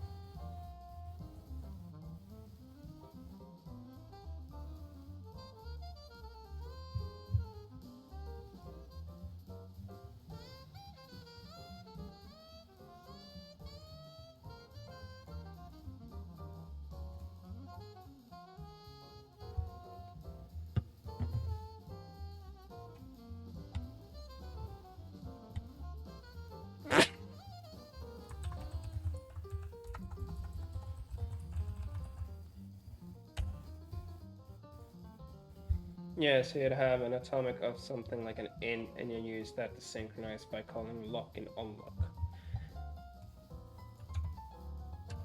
So basically, instead of having this mutex, we'd have an SD atomic of, say, an int, right? And we'll call it like contact events atomic. And then you do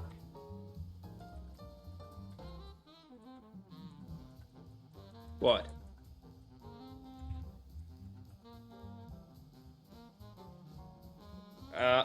Okay, so in that case, mutex it is. To be honest, I'm more comfortable with that either way because at least I understand how they work. Why are you complaining?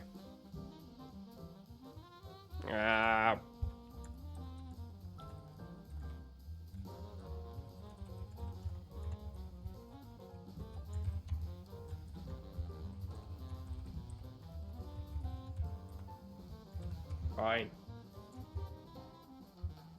And to be honest, I don't think mutex is gonna slow it down like by any real amount that I would notice.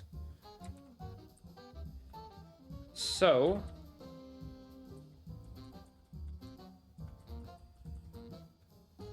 what I'm gonna have, so I think I'm gonna process these guys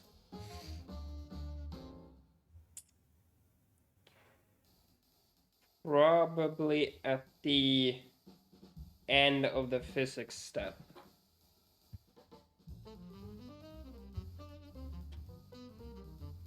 Yeah, like I don't think having a mutex is gonna give any noticeable performance difference in this case. Like we use them in other parts of the engine and it runs fine.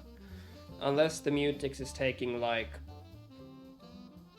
I don't know, 0.1 millisecond or even like a millisecond, I'm not gonna bother optimizing it prematurely. We can probably optimize other areas first. So yeah, let's do this after the physics step. I think. Maybe. We're gonna have to do some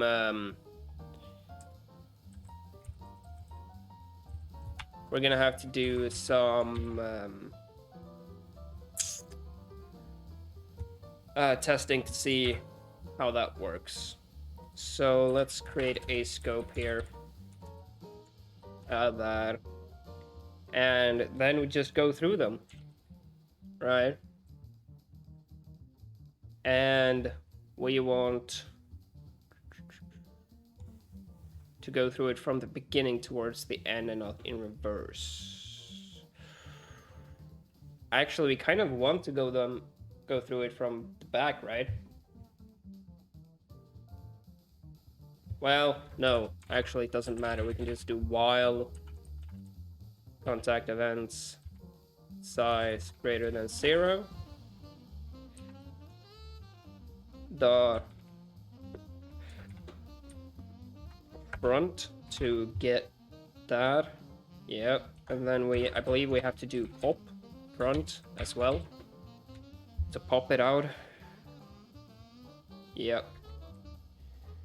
And this returns a reference, but we can do a const auto reference.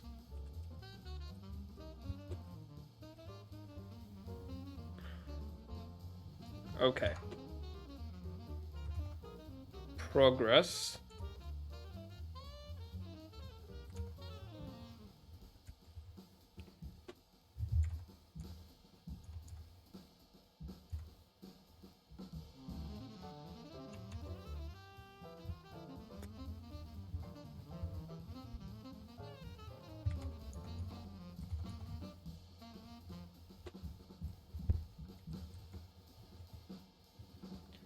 Copy this.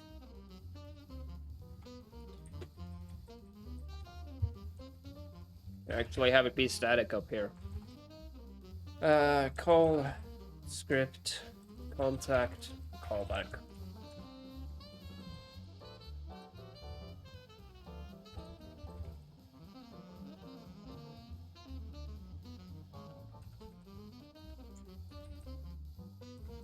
Could, yeah, that's fine.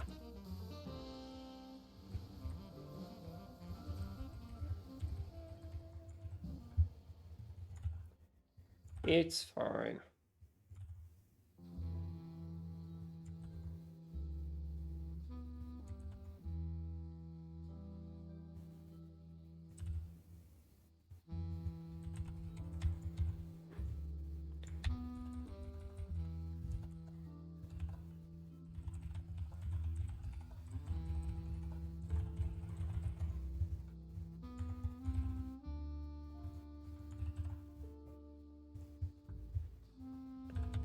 Okay, so we do switch contact event type.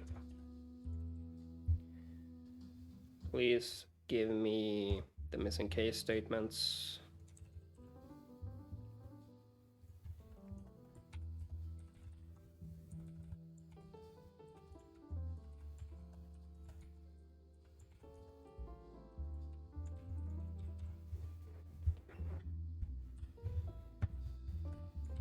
So we will simply call this with on collision begin internal contact event entity A, entity B, then do it in the other order.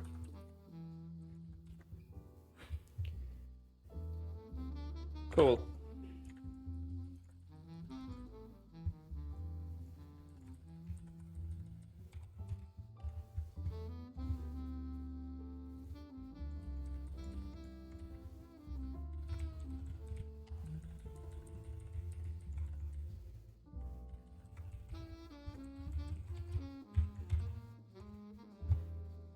We pop that, and I think that should be everything, right?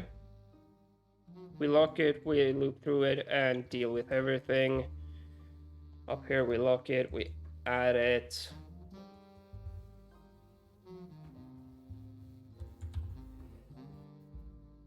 So I think that should be good. Now we have to make sure we call that function as well.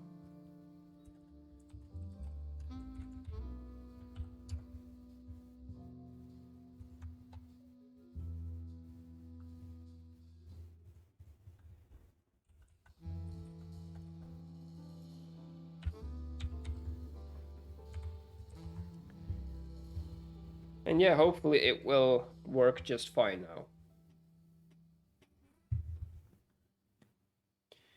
Because if it doesn't, I'm gonna be annoyed.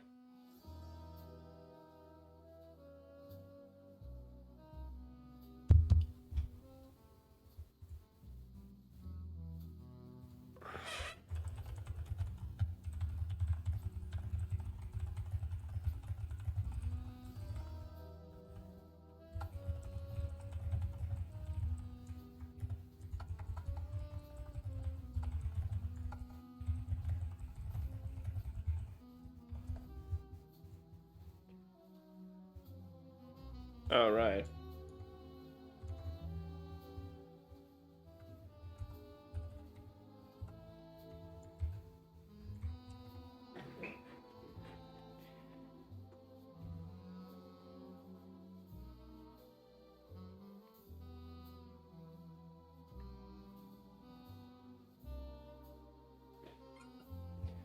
And which API are we using? Jolt? Yeah. Let's just see if it works. Right off the bat.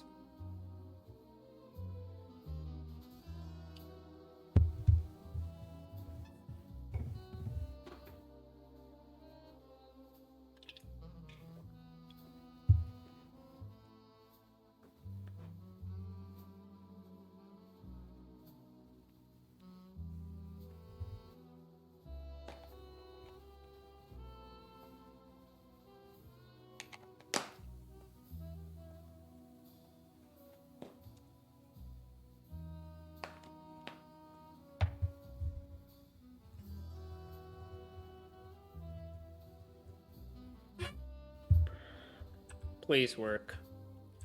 Let's move the cube back over the trigger. Hit save. Hit play. Success! So trigger begin. Colliding. Start colliding. Trigger end.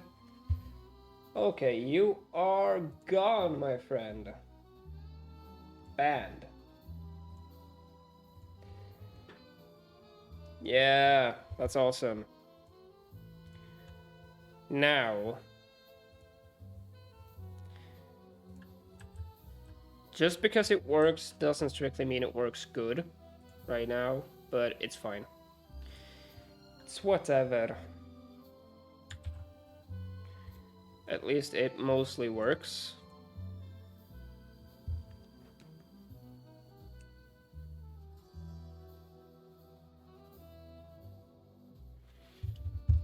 And I'm actually really happy with that. Let's verify that physics works as well.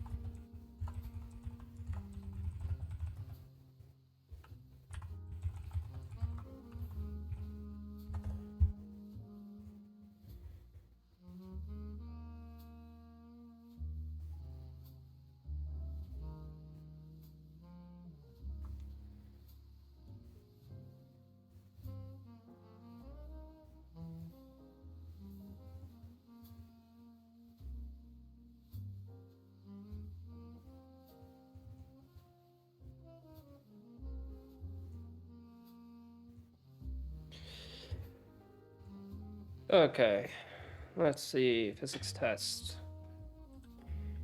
should work the same. And it definitely does. Awesome.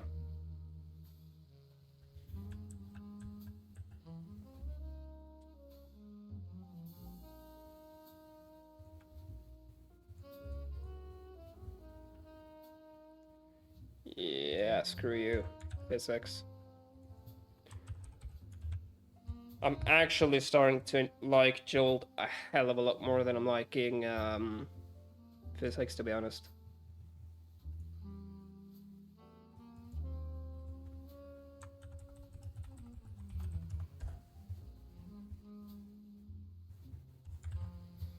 So let's go ahead and commit this, and then we'll merge dev into this branch. But I'm gonna commit first, so I don't get the absolute shit show that I got the previous time I tried to do this, where it just yeeted all of my changes.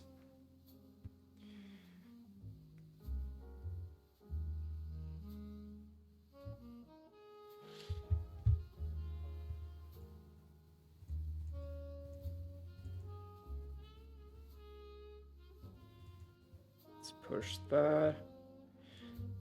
Push that. Okay. Finished implementing contact callbacks.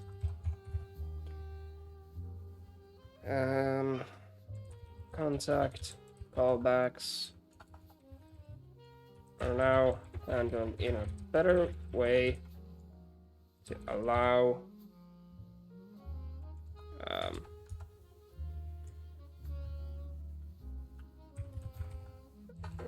which prevents Jolt's callback from crashing the engine due to multi-threading issues.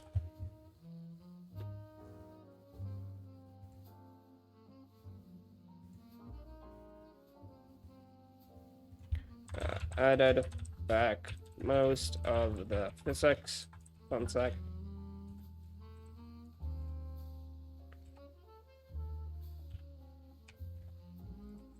listener.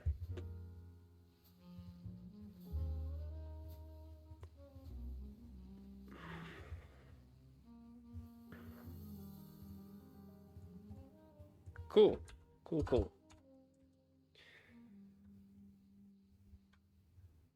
Push that and then merge dev.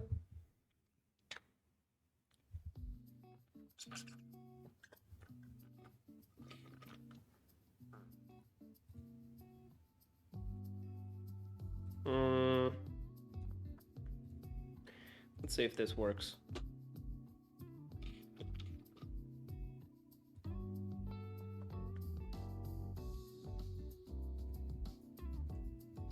Not sure if that actually worked. Sometimes that merge option doesn't actually do anything. Yeah, and it did literally nothing, so... fine, I'll pull from dev.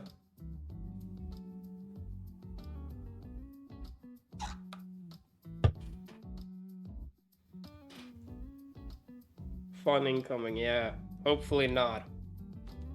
Hopefully it doesn't. Well, that's why I pushed, so it wouldn't eat my changes like it did last time. Conflicts. Pretty much not gonna give a shit about that. Delete. Delete. Delete. Delete. Delete. Right.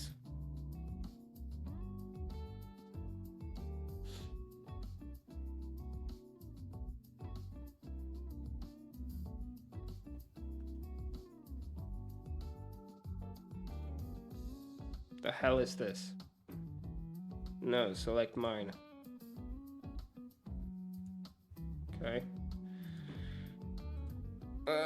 Let's see. I think for this one we want to use this one. Because I added Gizmo support when you had multiple oh shit. When you had multiple entities selected. The dev. Dang, this is a lot of changes. Holy crap.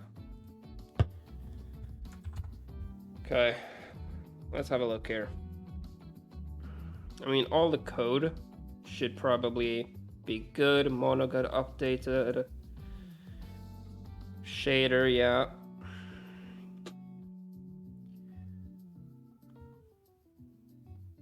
Sure, we'll push all of that. Sounds good. Yeah, we're gonna push everything.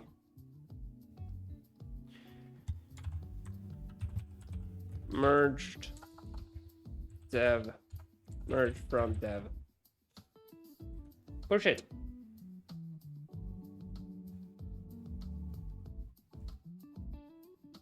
Would have been safer to test it beforehand, but let's live dangerously. Should definitely regenerate the project.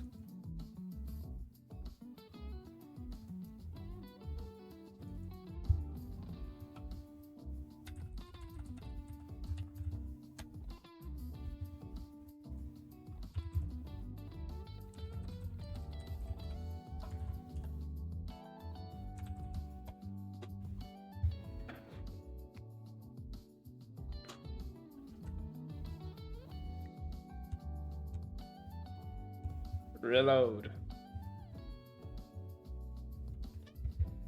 Please build without problems.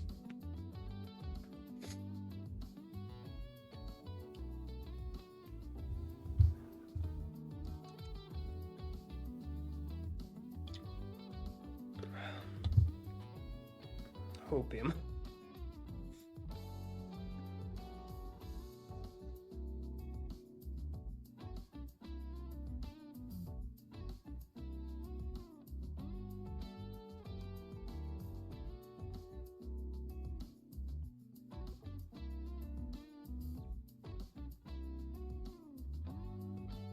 This is looking good.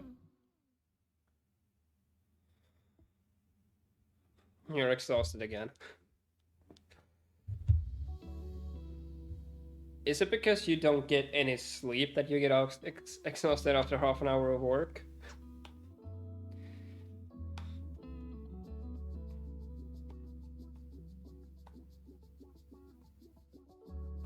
But to be fair, it can be quite exhausting to deal with a lot of stuff. You can count that as a reason, yes. Oh my god, that actually built. Now we do actually have some warnings, which I should probably be good and go through and fix. Returning address of local variable or temporary. Aha, yes, exactly.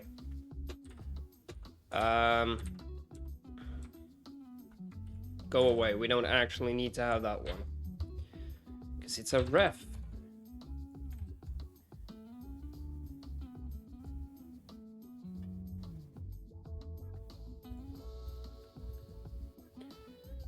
But I just took half a moped from the storage unit here so I can build it. Alright. Let's go ahead and build this again.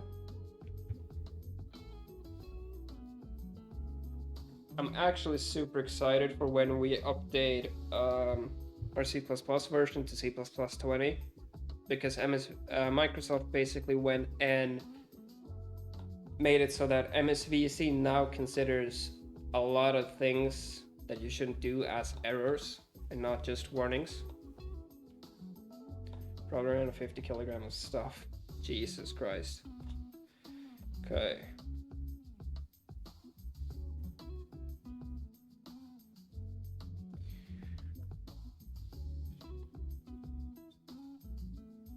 Damn. Looking good. Let's give it a go. See if it still works.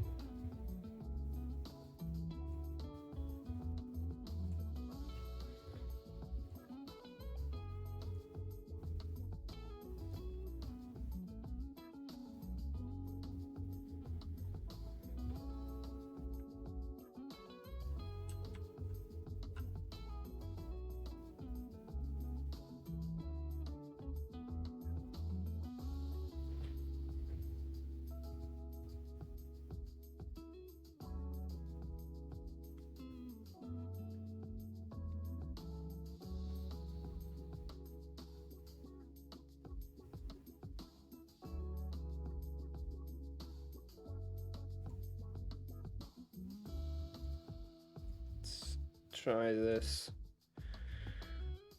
Which project is it opening? Is it gonna open? Yeah, it did open the right one.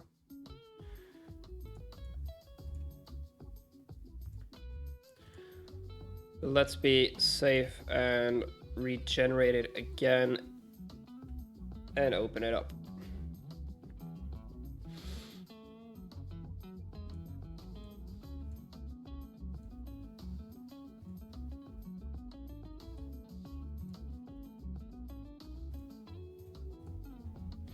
Give it a build.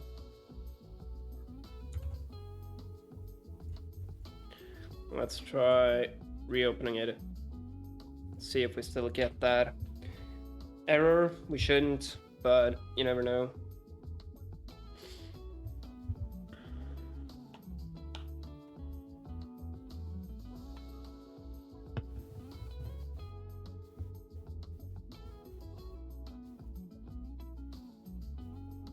I'm probably gonna keep going for another half an hour just so we can hit that 3-hour mark.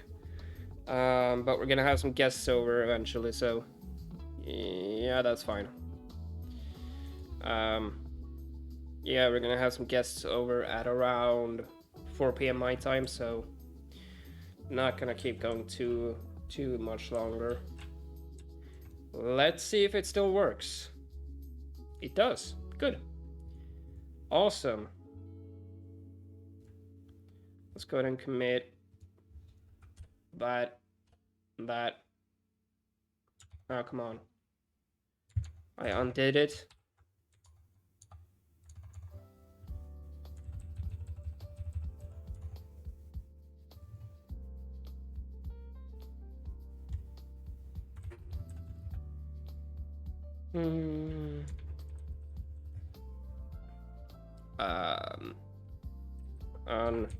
Unnecessary method in physics.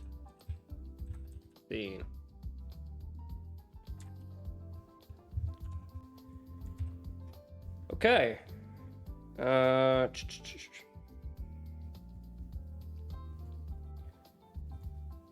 have a quick peek at Jira to go ahead and mark some of the stuff as completed.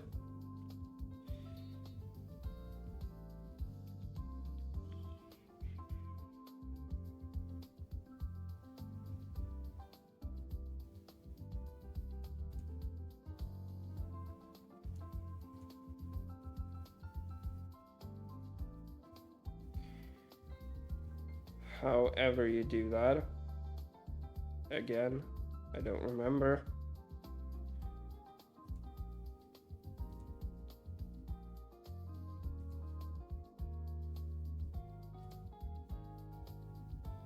It's not appearing on my thing. That's annoying. Stretch from markup.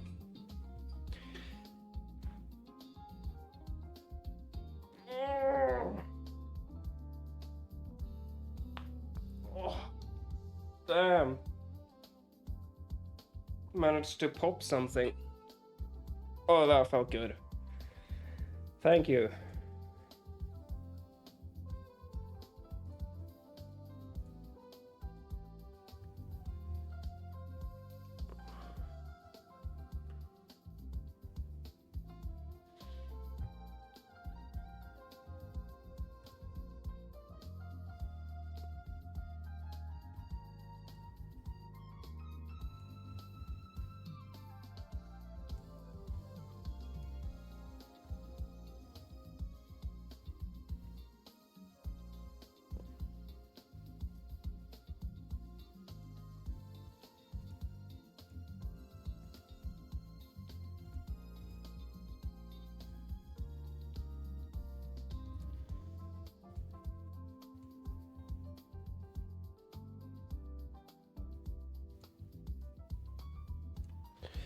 Cool.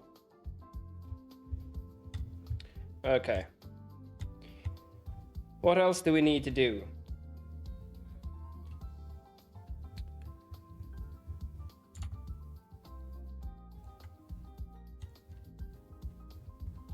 Or rather, what should be the next kind of step?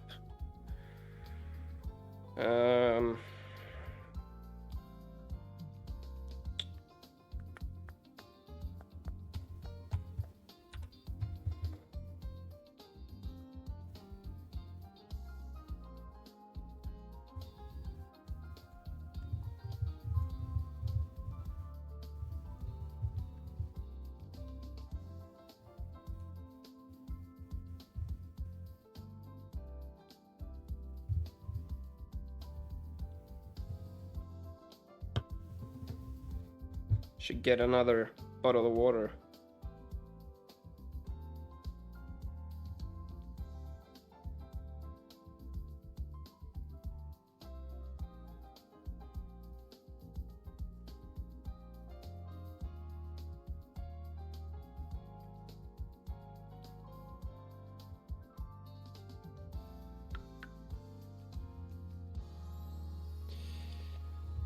So,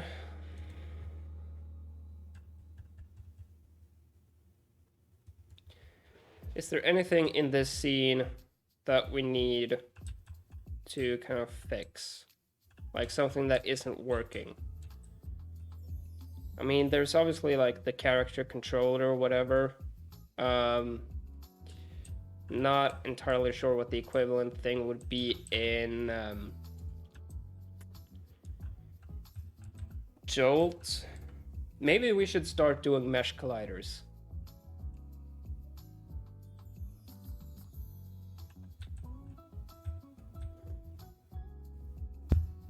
Because it is a really important feature. Well, I don't know if it sounds fun. To me, it sounds painful, but it is very important that we do it.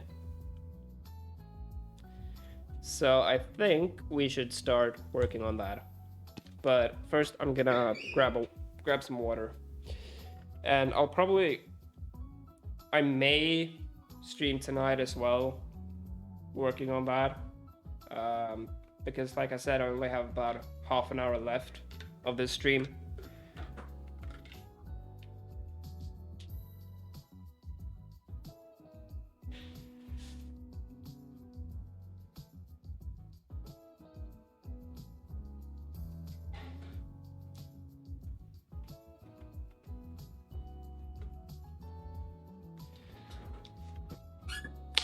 Okay.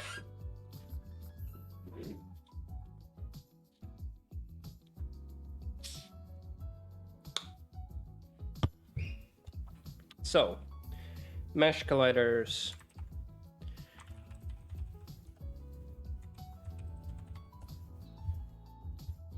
Yeah. That's gonna be fun. So, physics cooking factory. Let's check that out. I think this should be mostly functional,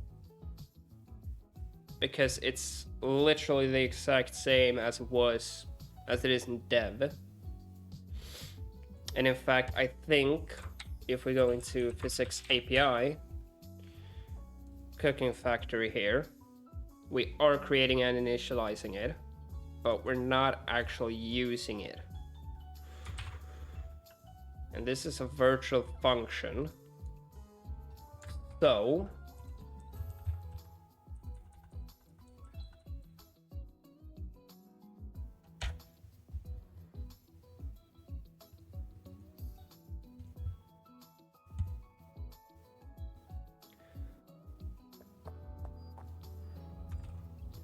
let's check.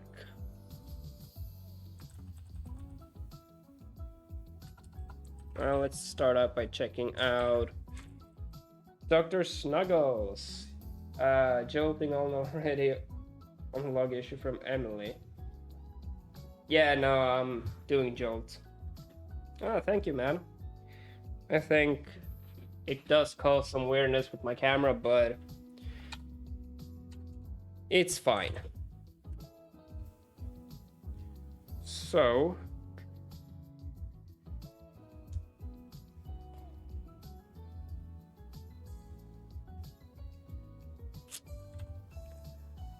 mesh collider components.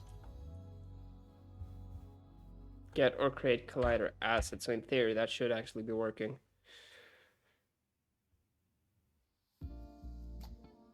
Cook mesh. Yeah, that's changed a bit. I think we need to do physics system. We should have a get cooking factory.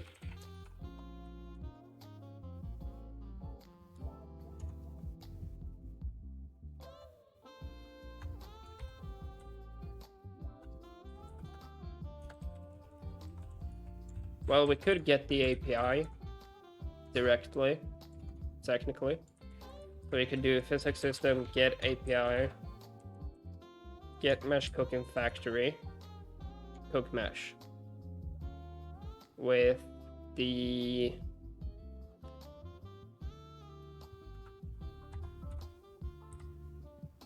how do we used to call this? Passing it the collision mesh from. Wait, are we doing this in dev at all?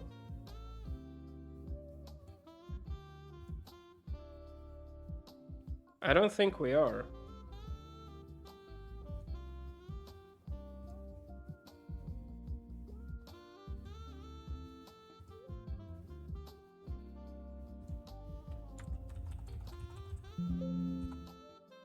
No, we're not. We're not doing it there either.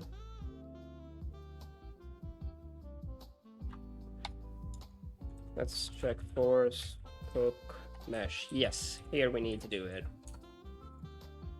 So physics system, get API, get mesh cooking factory, cook mesh.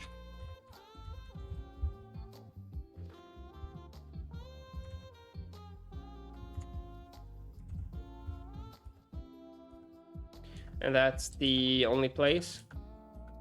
Yes, it is. Okay, let's check out scene. Now the mesh collider doesn't actually work because we're not ever attaching it to anything. Right, yeah, that changed. Need to deal with this as well.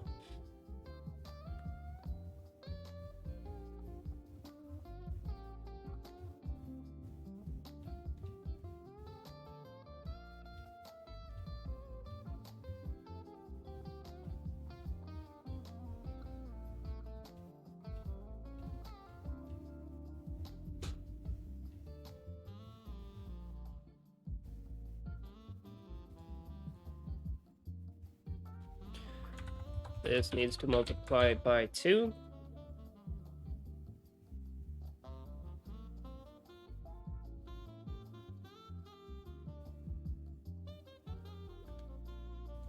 Because it's now half height.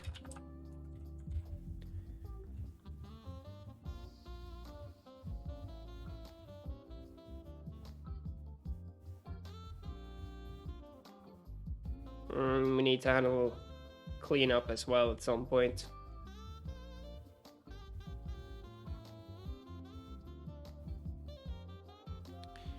Yeah, we'll have to handle that.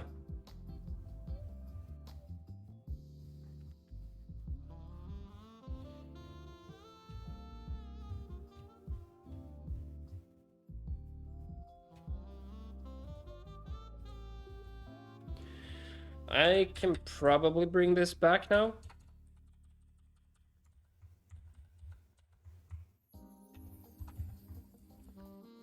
Create rigid body with new entity.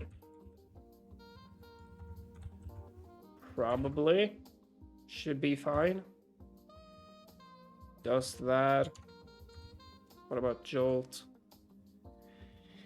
Yes, it should be fine to do that now. We already have that code in there, which is good.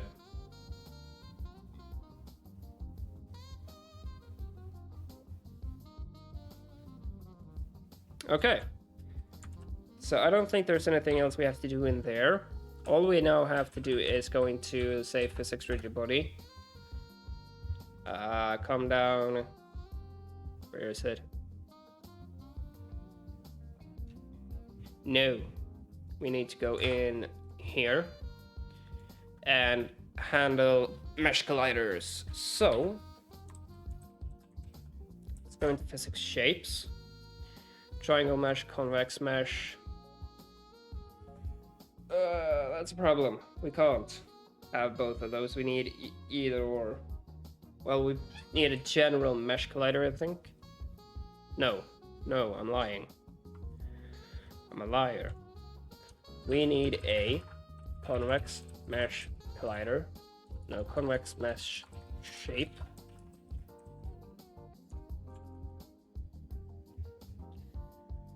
Which will take in... Just gonna move the microphone real quick. There we go. Entity.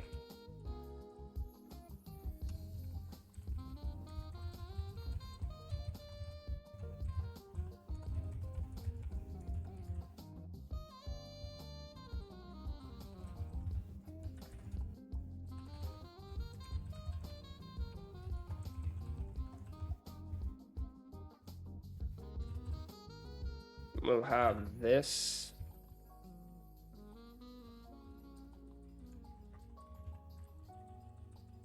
And we'll do the same for triangle mesh shape.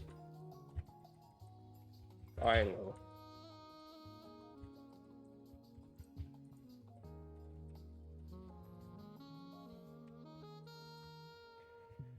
I looked up how you could take an English language proficiency test and apparently costs like 300 euros. What the hell? That's insane. No one in their right mind would ever pay that.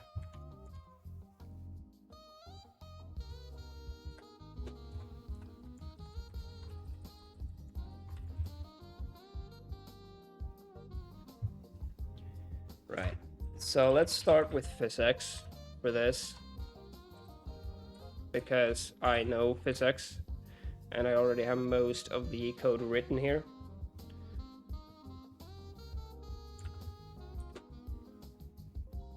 Some things require you to take one, like jobs, because in that case the workplace should pay for it.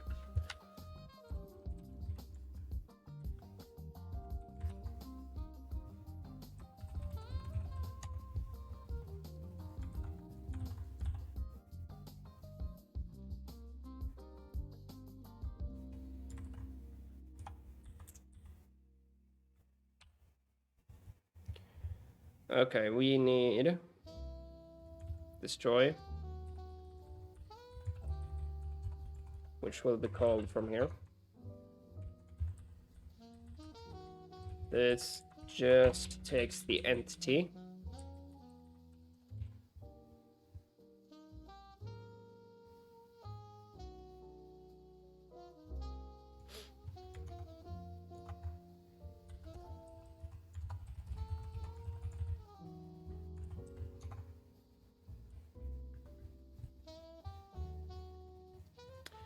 Yes, that's correct.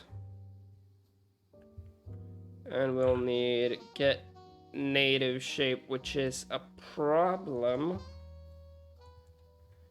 This is where I may have to redesign the API slightly.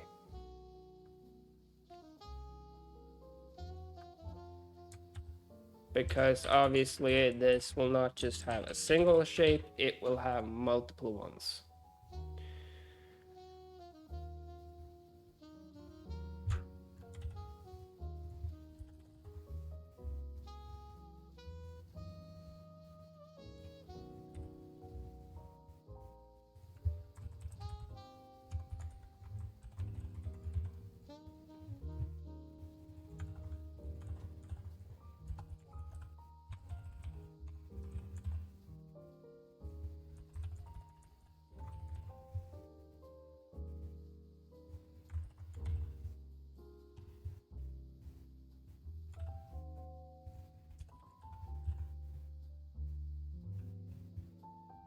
Okay. Material, yep. We'll need that.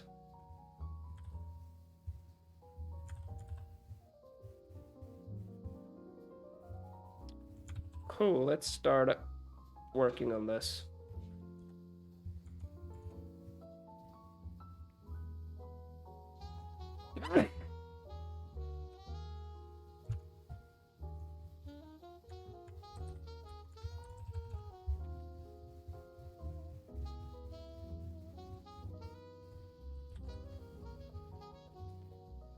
Right, yeah.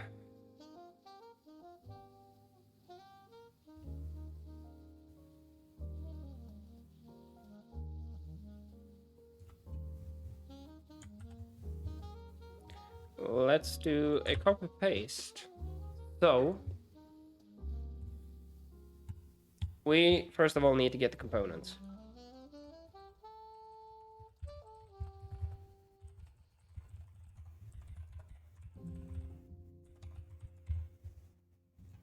So we have that. We need to remember to call a convex mesh shape entity. Not gonna bother with shared shapes for now. Not even sure that Jolt has something like that. We need this. Crap, we need this to be a reference. So we'll do that. Component. Really? Doesn't have a material? Are you insane? It has an override material. Oh, crap, yeah. Because it's interesting. We have to do this.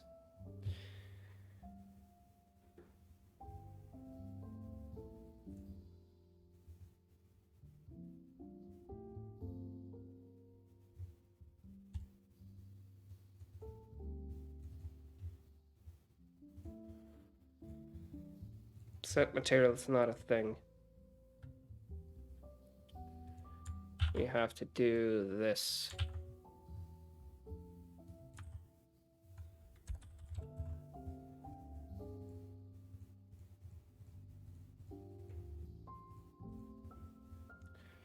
There are 3 different versions. Okay, whatever. Yeah, I find that insane. We do that. Snag all of those. API, create convex mesh.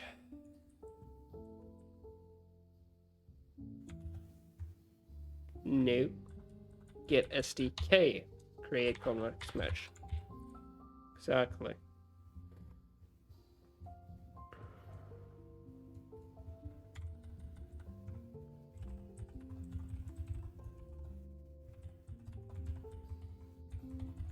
Do that. This is going to be interesting to deal with, but we'll comment that out for now. And this is not a thing. That will never be a thing. We deal with that. Okay, cool, cool, cool. Let's delete the old one. In fact, let's just get rid of the entire old code here. There.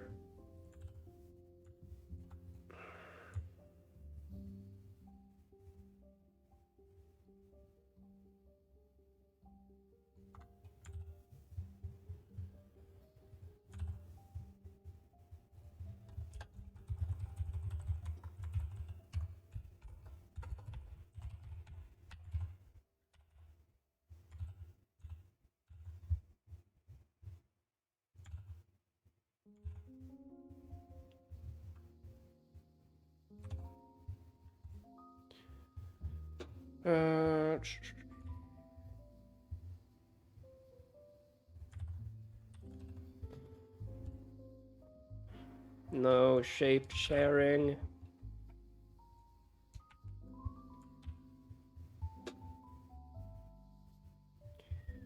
material. We'll have to do this.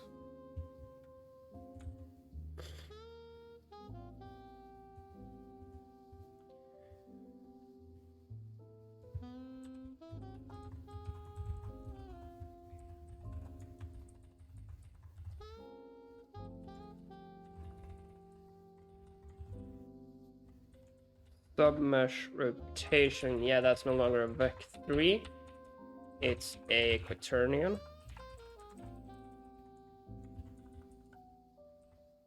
Do that. Do that. This isn't a thing. Here we can just do this because it can't be a trigger shape. That's fine. We do that. This goes away for now. That goes away. Cool. We got that sorted out. So let's get rid of all of that.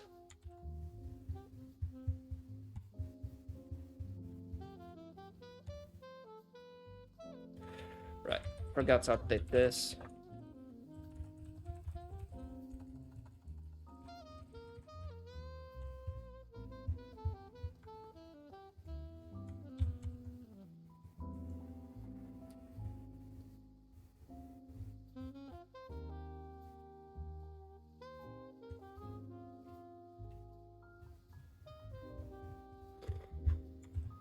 Okay, cool.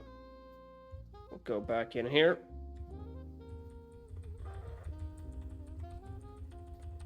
Steal this.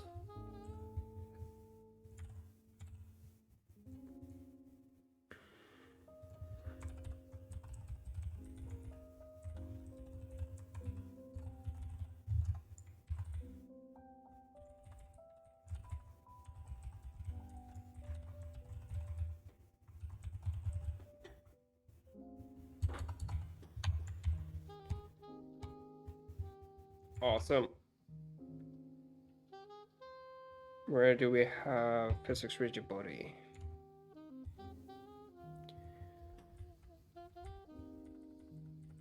Right.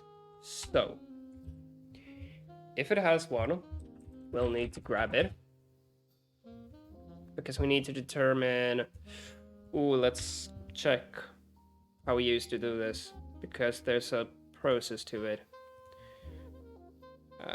To determining which one we should attach. Add shape, attach shape. Here. This is the entire deal we need to kind of take care of. So, let's see, we grab collider asset. So let's do const auto reference component.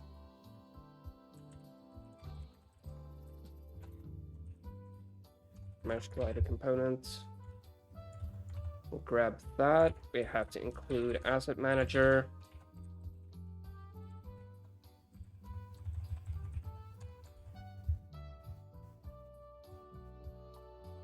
We'll need the physics system to get the mesh cache.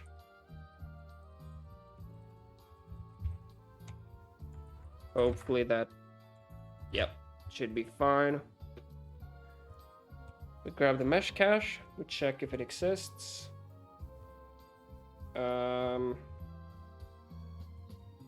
Yep. Grab that. Okay.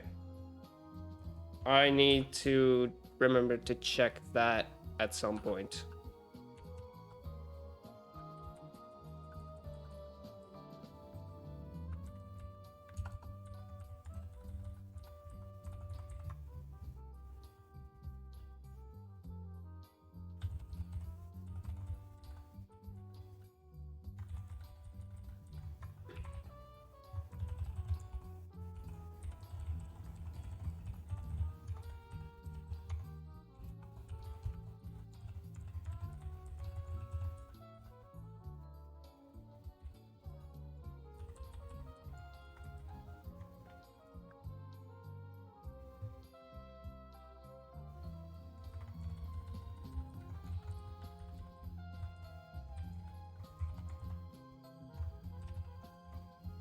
I mean, you are from Norway, Marka, so, and I imagine, like, your English would be perfectly fine.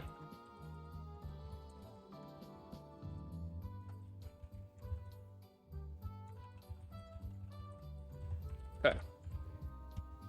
Awesome. In theory, this will work. I think in practice, it probably won't.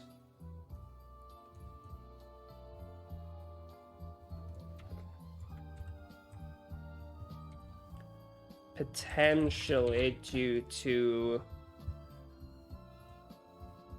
this code.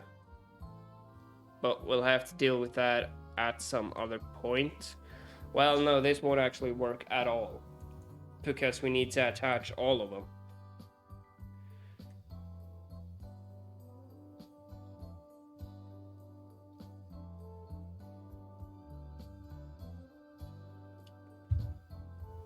But to be honest, I'm probably gonna leave that for the next stream.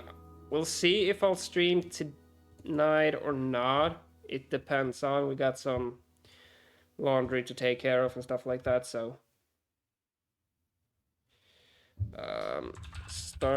let's do initial work on re-adding mesh collider shapes.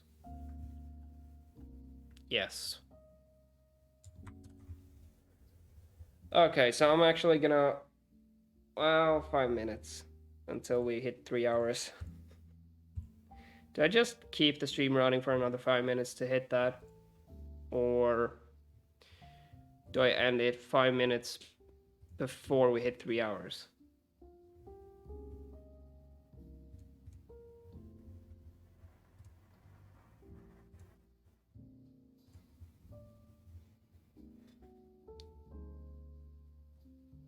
You want me to keep going until we hit 3 hours? Okay. It's fine. You can enjoy a minute of my chair while... Oh, come on, Jumpy Lion. Really? I was just about to say I had to go to the bathroom.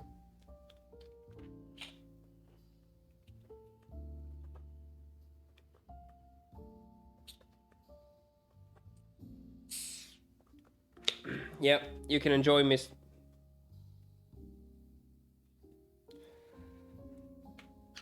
Oh my god.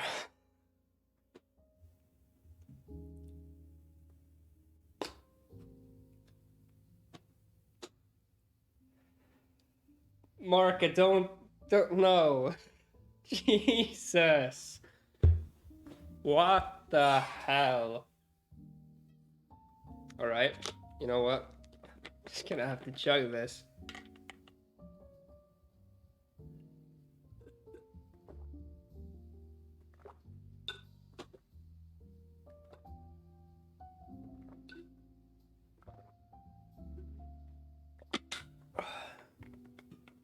Thank you for that.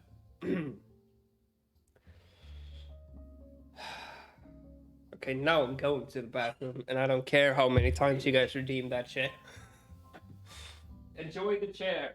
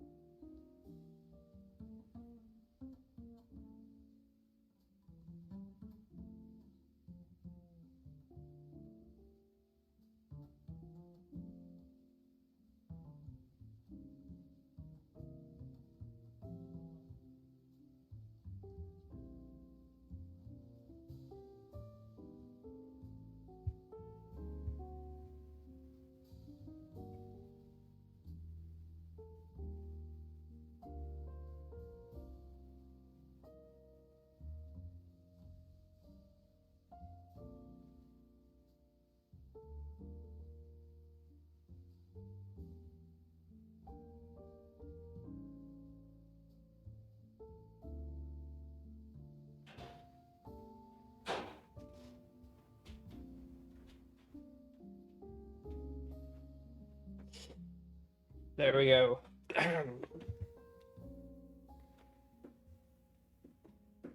Mr. Chair, what do you think about the state Hazel is currently in? Just spent all of my life savings. Nah, it's free stuff, so. Goddamn. And we're 30 seconds from 3 hours. I mean, at least you guys do make sure I stay hydrated, so I shouldn't complain too much, because I've been incredibly bad at drinking water for like the past couple of months. So, back at 50 channel points. Should use this opportunity to increase the price of that stuff.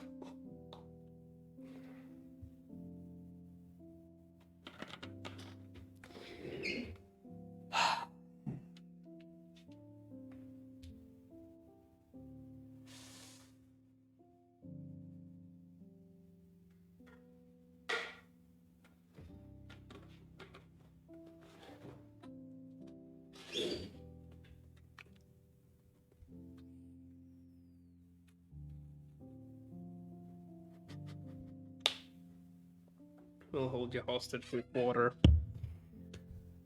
Well, eventually I have to end. And we just passed 3 hours, so.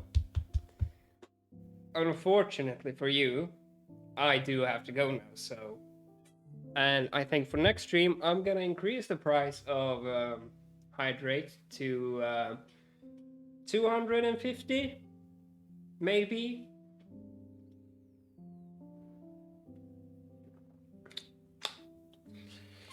Because Jesus Christ.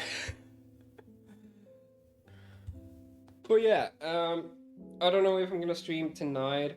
I got some stuff to take care of. You monster. Yeah. But I'm probably gonna be, well, I don't know. I'll see if I'll be streaming during the weekend. Depends on if I have the energy for it. In that case, it probably won't be programming. It'll probably be maybe some Fallout New Vegas or maybe some other stuff. We'll see. But yeah. Either way, I'm gonna go ahead and head on out. So thank you everyone for stopping by and watching. Thank you for all of the hydration. And yeah, hopefully I'll see you next stream. Bye bye.